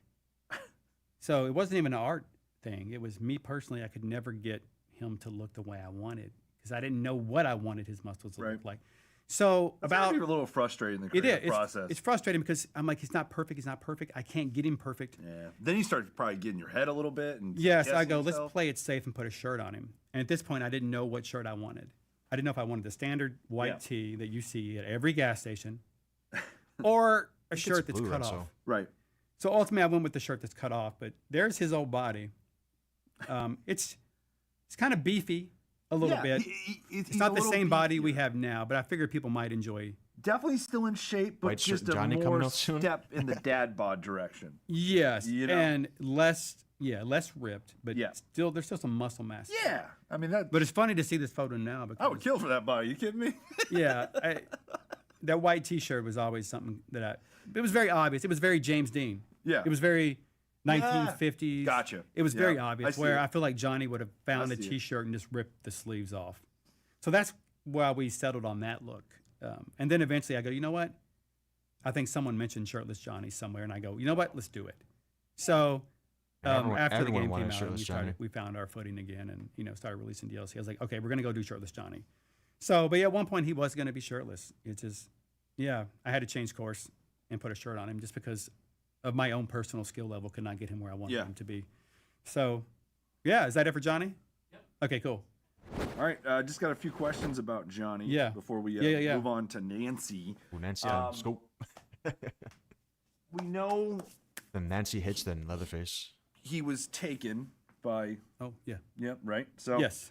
About what age? Oh, yeah, there's good stuff for Johnny. So let's go back to the. He's a toddler. Yeah. So he's a toddler. He's a toddler. And what happened when he was? He doesn't remember it, obviously. Obviously. So Judith, his mom, Okay. they were traveling through. Judith. Yeah. Okay. So that was when the business was happening. Salvage business with Nancy and her husband, one of her husbands. So What happened she's to like, him? this is a place of business. I'm lost. Right. I'll knock on this. Looks safe because there's flowers and it's well kept, and it looks like a business because it was a salvage yard. Yeah. Before husbands died and Nancy closed it down. Sure. And it is what you see today. So rewind 20 something years, when Johnny's a toddler, it was a different place. So she feels safe enough to stop and ask for directions because you either have a map or you don't. Yeah. Her and Johnny and her mother were actually leaving. She was leaving his dad. Oh. So he was abusive. Okay. So she was leaving him and took Johnny with her to find a better life. I know. Unfortunately, she stops at Nancy's house. Is there a happy ending? No, for no anyone one here? has a happy ending, my Yeah. man. This is not Disney Channel. This is the Texas Chainsaw Yeah, Massacre. So she says, okay, I'm traveling through here. I'm looking for this other town. I think I'm going the right way. Let's stop and ask. Right. So they stop. And one thing about Nancy is you ask, if you want to talk, after fast forward real quick, then go back. Yeah. Nancy's no worries. husbands could never give her what she wanted, which is a baby. They all failed. One by one, and she killed them for it. That's pretty cold. Yeah. I mean, she wanted a kid. Wow. And turns out That's some deep shit. Turns out man. she's the problem, not them. But she doesn't know that because Sure. you don't get tested. Wow. You know, it's 19, whatever it is. So she's blaming them. Yeah. And one by one, none of these husbands can give her a baby. She wants her own little kid. And it's hard to go out and kidnap a kid, I guess. So she doesn't go out and just take a kid, right? You get caught. So she blames husbands, knocks off the husbands one at a time. Finally, here at her front door is a baby. A beautiful. A beautiful dark-haired little baby. Unfortunately, it's got a mother with it. So she's like, yeah, come on in. And Nancy ends up killing her mom, Johnny's mom. Yep. However, Judith, not right? yeah, but not before Johnny's mom hits her in the eye with something and blinds Nancy in that eye. Damn. So that's how she got. So that eye is a souvenir from Johnny's mom Wow. before she went out. There's been some good fan art of that Yeah. eye. So yeah. you know, it's not fully blinded, but you can see. Yeah. Like so yeah, Johnny's mother gave that to her as she went out. So then Nancy has a baby. So there's another question I think maybe you're going to ask it. Yeah. How does he ever find out? Yeah. Does he know? Is he aware of what happened to his mother? Who his mother even is? Yeah. For the longest time, he didn't know because he was a kid. Yeah. He has you know Dexter, right? Obviously. Yeah, of course. Born in Blood. Yep. That whole flashback where he doesn't know what happened, but he feels like something happened. He Right. has those memories. Yeah. And then, of course, he hangs out with the hitchhiker. Okay, all the time. So you think the It hitchhiker? always comes back to the hitchhiker. You think the cook and the hitchhiker is going to keep that secret? No. Especially the hitchhiker. Can't keep it. So the hitchhiker teases him. That's not even your real mama. Mama. You know, you're not part of the family. Your mom's dead. You know. So the hitchhiker. So hitchhiker. He lets it out of the bag. So when Johnny gets old enough, he's doing right. He's 10 and 11 and 12 and 13 and 14 and 15, and he's growing up and being a big, strong guy. Yeah. That she slowly taught how to kill and to manipulate and turn him into the monster he is. Yeah. He confronts her, gets mad, and was going to try to kill her. He's had enough, right? He, like any teenager, he lashes out, and then she cuts him across his face. Is that how he got? That's how he got his face scar. He stepped up to Nancy, and she put him in his place. Damn. When he was my God. a young teenager. So, you know, he He had a strict mother, guys. he did. So, but yeah, he found Nancy wasn't hitchhiker playing sees around. him about his mom, that he told her the truth. That little shit. Yep. He's And such an then asshole. he confronts her, and then there's a confrontation. Johnny's kind of throwing her around a little bit, and Nancy, because she's cold, and she puts him in his place and beats him and cuts him across his face and says, "If you don't want any more of that, I'd quit." You know, and Johnny's not fully huge yet. He's still a kid, Yeah. right? At that point, and it's the only mother he has. So That's all he knows. So Johnny is torn, and if that's a question that's coming up, it's how does he feel about Nancy and their relationship? Yes. He knows. What's but that at this dynamic point? for him? It's Stockholm syndrome. At this point, he's in the family. He's eating people. Yeah. What are you gonna do? He is partaking in the cannibalism. Yeah, and that was a question someone had. Yeah, that was from your IG. They want to know if he eats. Yeah, and yes, he does, but it's not a thing he seeks out to do. It's because it's just ingrained in the family. Yeah. He enjoys the hunt. He enjoys going out to get away. Sure. Get away from Nancy. There's also that dynamic. The more time I spend away from this lady, even though she's my mom, even though she did what she did, I'm kind of stuck here. Yeah. Or he can do the sissy route and leave. But in a weird way, he doesn't. You know, he still comes and goes. That's all he knows. Yeah, that's all he knows. It's like figuring out your parents are a serial killer. I don't know. It's a weird thing. Yeah, I can imagine. So yeah, that's where Johnny's face scar came It's a from. crazy story. Oh, man. and someone had a question about For the other Johnny. scars on his body. Those are all from fights. Either the victims fighting back, Mm-hmm. TMI. Mhm. If you study choking victims, Yeah. usually when someone chokes someone, they extend their arms so they can't claw your face. Yeah. So any of the scars you see on his upper body or chest, From strangulation. yes, Yeah. you never just do this. You Yeah. keep them. It's true. You tilt your head back. So that was also a moment where I was like, I'm not looking at this anymore. Just to get a scar right. Right. But some of the bigger scars are from fights. He fights dudes. He doesn't care. Yeah. Johnny's out getting in fist fights, getting stabbed in the back by people, getting, roughing up in a bar, getting bottles broken over his Who's winning a head fight, and Johnny back. or So Leland? yeah, a lot of those are self-defense from his victims. but a lot of Leland them was is a from wrestler, fighting. they said. Getting in situations he has to fight himself out of, so. But yeah, the one on his face is from Nancy. That's Yeah, wow. she's evil. That's what I said. Even her bio says, even monsters have makers. Right? So on brand. So, and is whatever you feel about Johnny, Yep. she did it. Nancy's the real problem. Like, she made Johnny. She did. So he's just some innocent kid who which I like the sympathy. Like, Yeah. There's always, what happened? Oh, that poor serial killer. I'm going to write him a letter in prison because what he went through as a kid Yeah. determined what he is now. Poor baby. How they're so intertwined. We've actually covered Yeah. a decent amount of Nancy while talking about Johnny. Yeah. The whole dynamic of them is. I know the community. I know I see it all the time. There's always questions about their connection and Yeah, the family connection. yeah and all that. Like Well, here's the deal about Nancy to, I'll just come out and say it. There was a trailer and there was a shot. Oh God. There, Talking about the The picture. community caught it. Guaranteed you. and Guaranteed. I laughed when the community because y'all can be funny sometimes. I got to be honest. Definitely that cook But and Nancy pick. At the end of the trailer, there's a shot of the cook and Nancy sitting next to each other, standing next to each other. I mean, Are they by any chance? What is the connection there? Are they an item? no. Okay. The hitchhiker and Nancy are not banging. Okay. Okay. Look, how many family photos do you have of people in your family standing next to each other? A million, right? Look on that wall. Yes. Like, I can just just because tell you. he's got his hand on her shoulder because they're part of the family.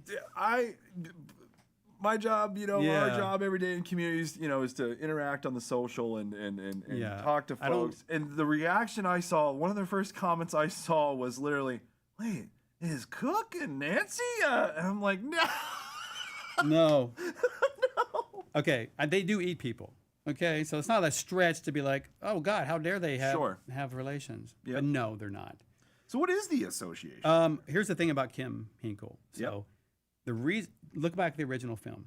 People go, I'll get to Nancy in a second. People Yep. say, who is the cook? What's his relationship? What about Leatherface Yeah. and the hitchhiker? Kim didn't want you to know. Now, all we do know is that hitchhiker and Leatherface are brothers. Brothers. Because we hear the cook say, "Look what your brother did to the door." Not look what my brother did. Your brother. Not look what our brother did. Sure. And they don't even say, "Where's your grandpa?" Or take him to our grandpa. All we know is he's grandpa. Yep. We don't know if he's their grandpa We don't. or some dude's grandpa. It's not the point. He's just grandpa.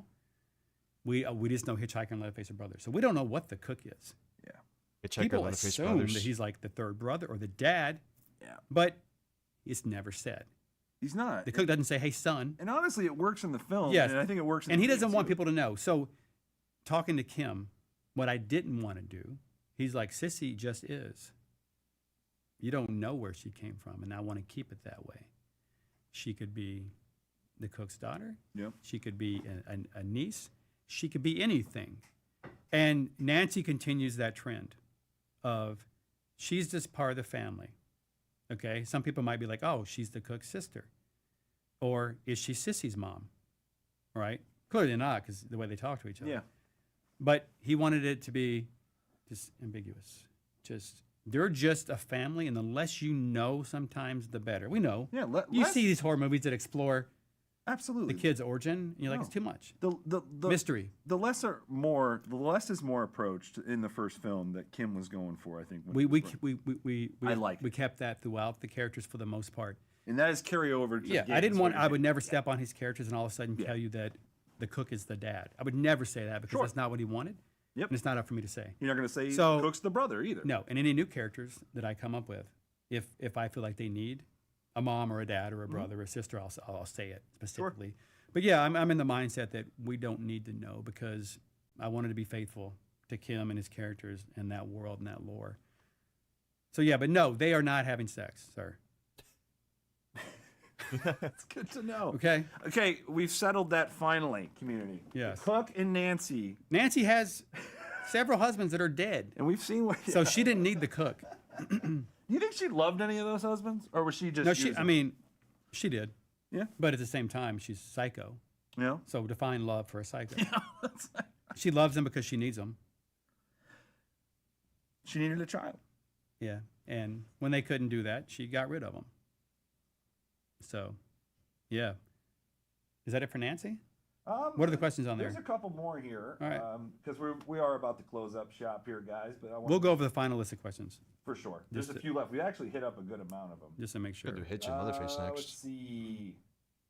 I guess Oops. talk a little bit because we definitely got to get out of here. We're running up on 2 hours now. We're about 20 minutes over schedule. 'Cause we started right at It's okay. yeah, we're good. The dynamic relationship between what is really that especially everything you've touched on with Johnny, things he found out, the hitchhiker blabbing his Yeah. mouth. You know, what is that relationship like? The dynamic between Johnny and Nancy I think it's from each side, I guess. You ever heard a teenager, even though Johnny's not a teenager, where a mom or a dad's like, "Sweetie, let's go," and the teenager's like, "Hey, fuck you, mom." We like us. Sorry. You know, and then the mom's like, "Oh, sweetie, don't say that." They're oblivious to getting stepped on by their kids.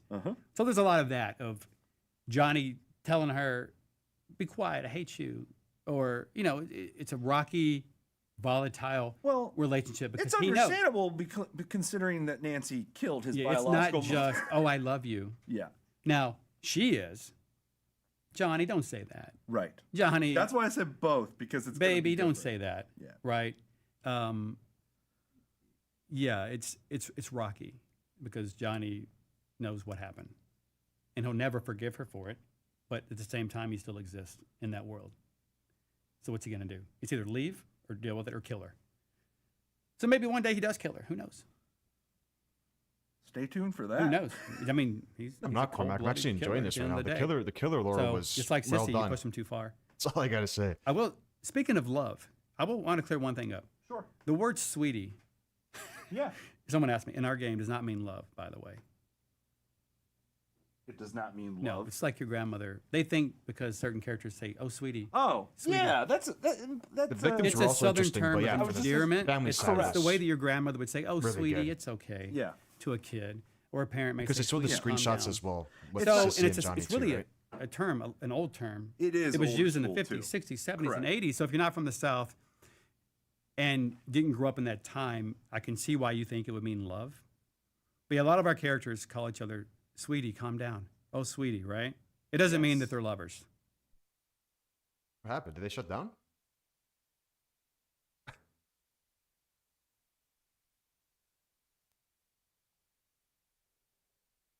Wow, dude, my console shut off. Yo, my console shut off because it was on, like, I was idle. I wasn't clicking anything.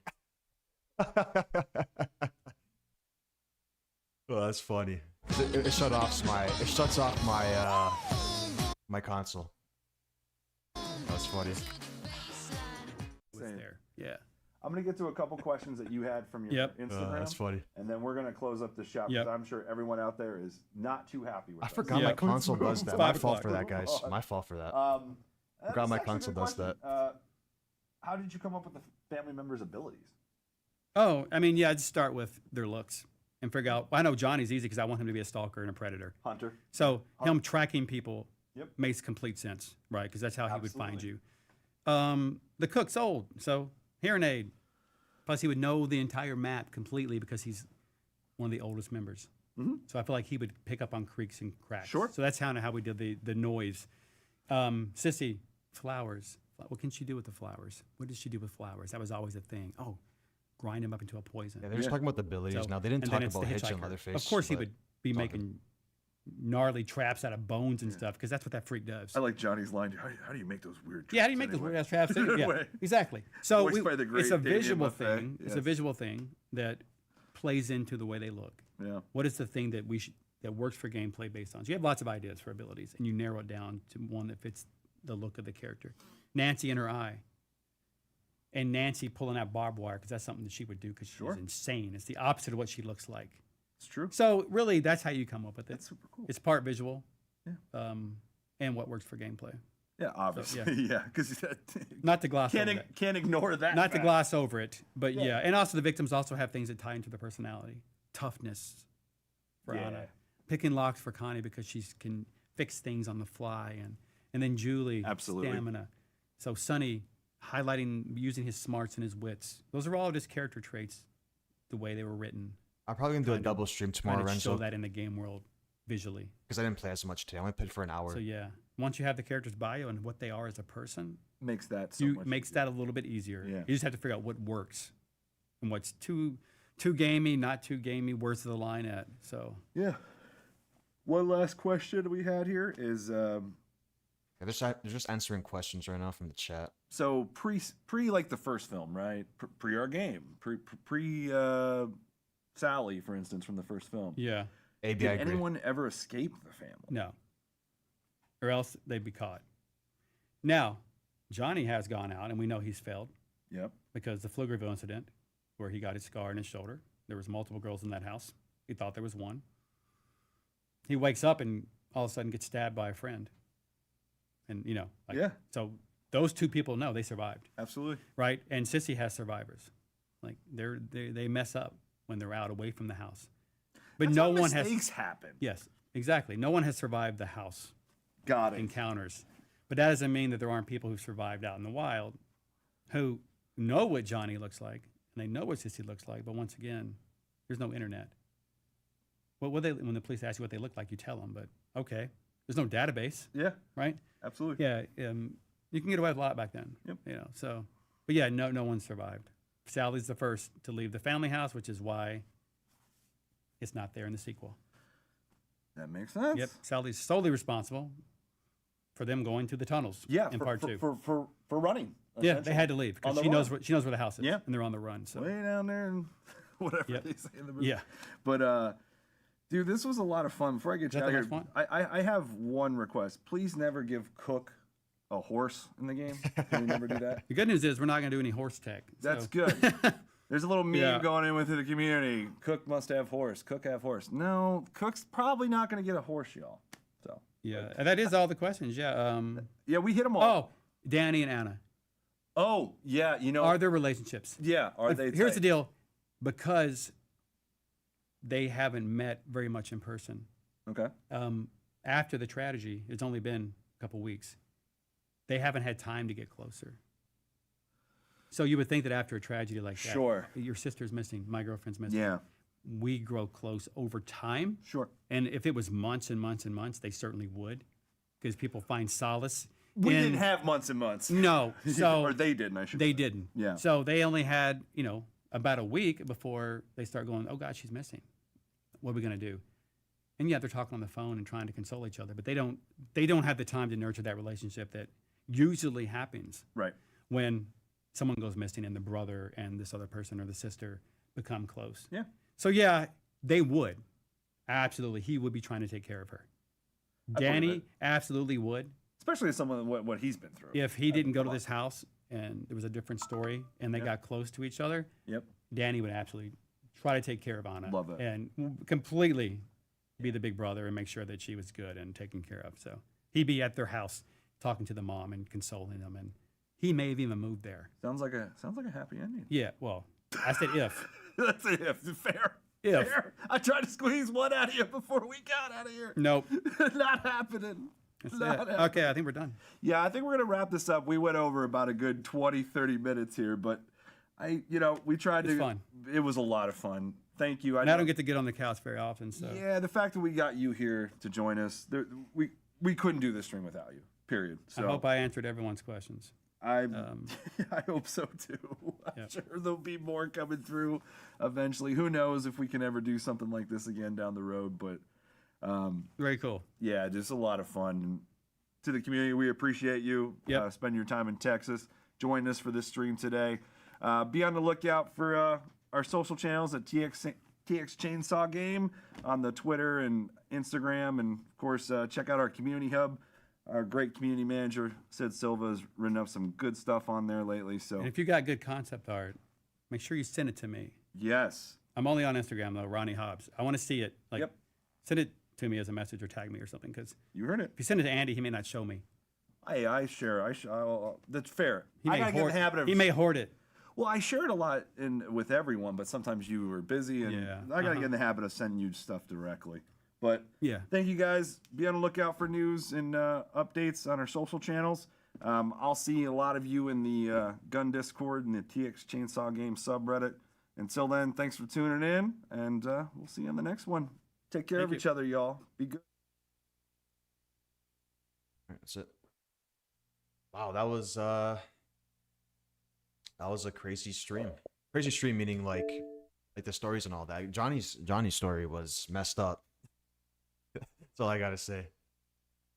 Man, Johnny's story was really messed up.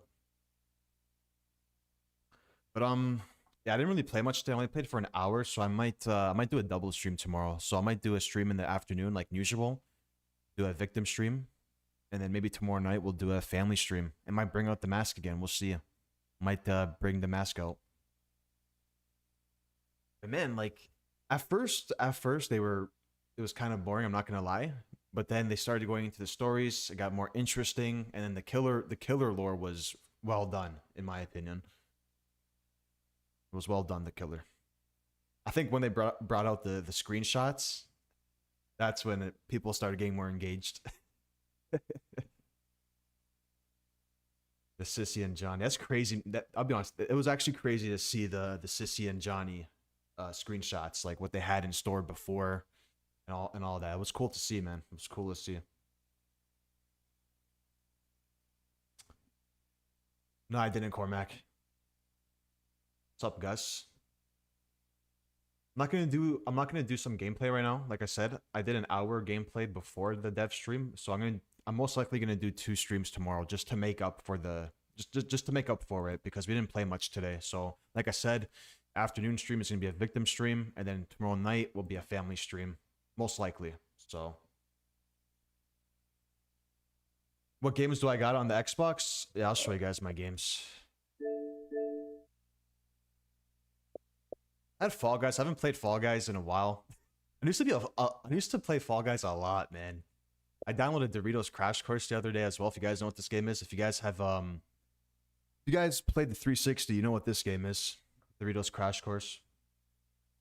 Good game. Dead Island 2 I got. Killer Clowns updated, or pre-ordered the Killer Clowns. Have Minecraft downloaded. Never really played it. I don't play Minecraft as much. tried out Power World, but dude, Power World, I don't know, man. I'm not a fan of Power World. I don't know about you guys, but for me, I just wasn't a fan. Then obviously we got Texas Chainsaw Massacre. That's my games. Those are the games I have downloaded, man. Alright, guys, I'll see you guys in tomorrow's stream. We'll be doing most likely a double stream, and we'll bring out the mask most likely tomorrow. So I'll see you guys in the next one. And Shane, yes, you did. The lore stream literally just ended. It started at 3 and it ended, I would say, 3 minutes ago.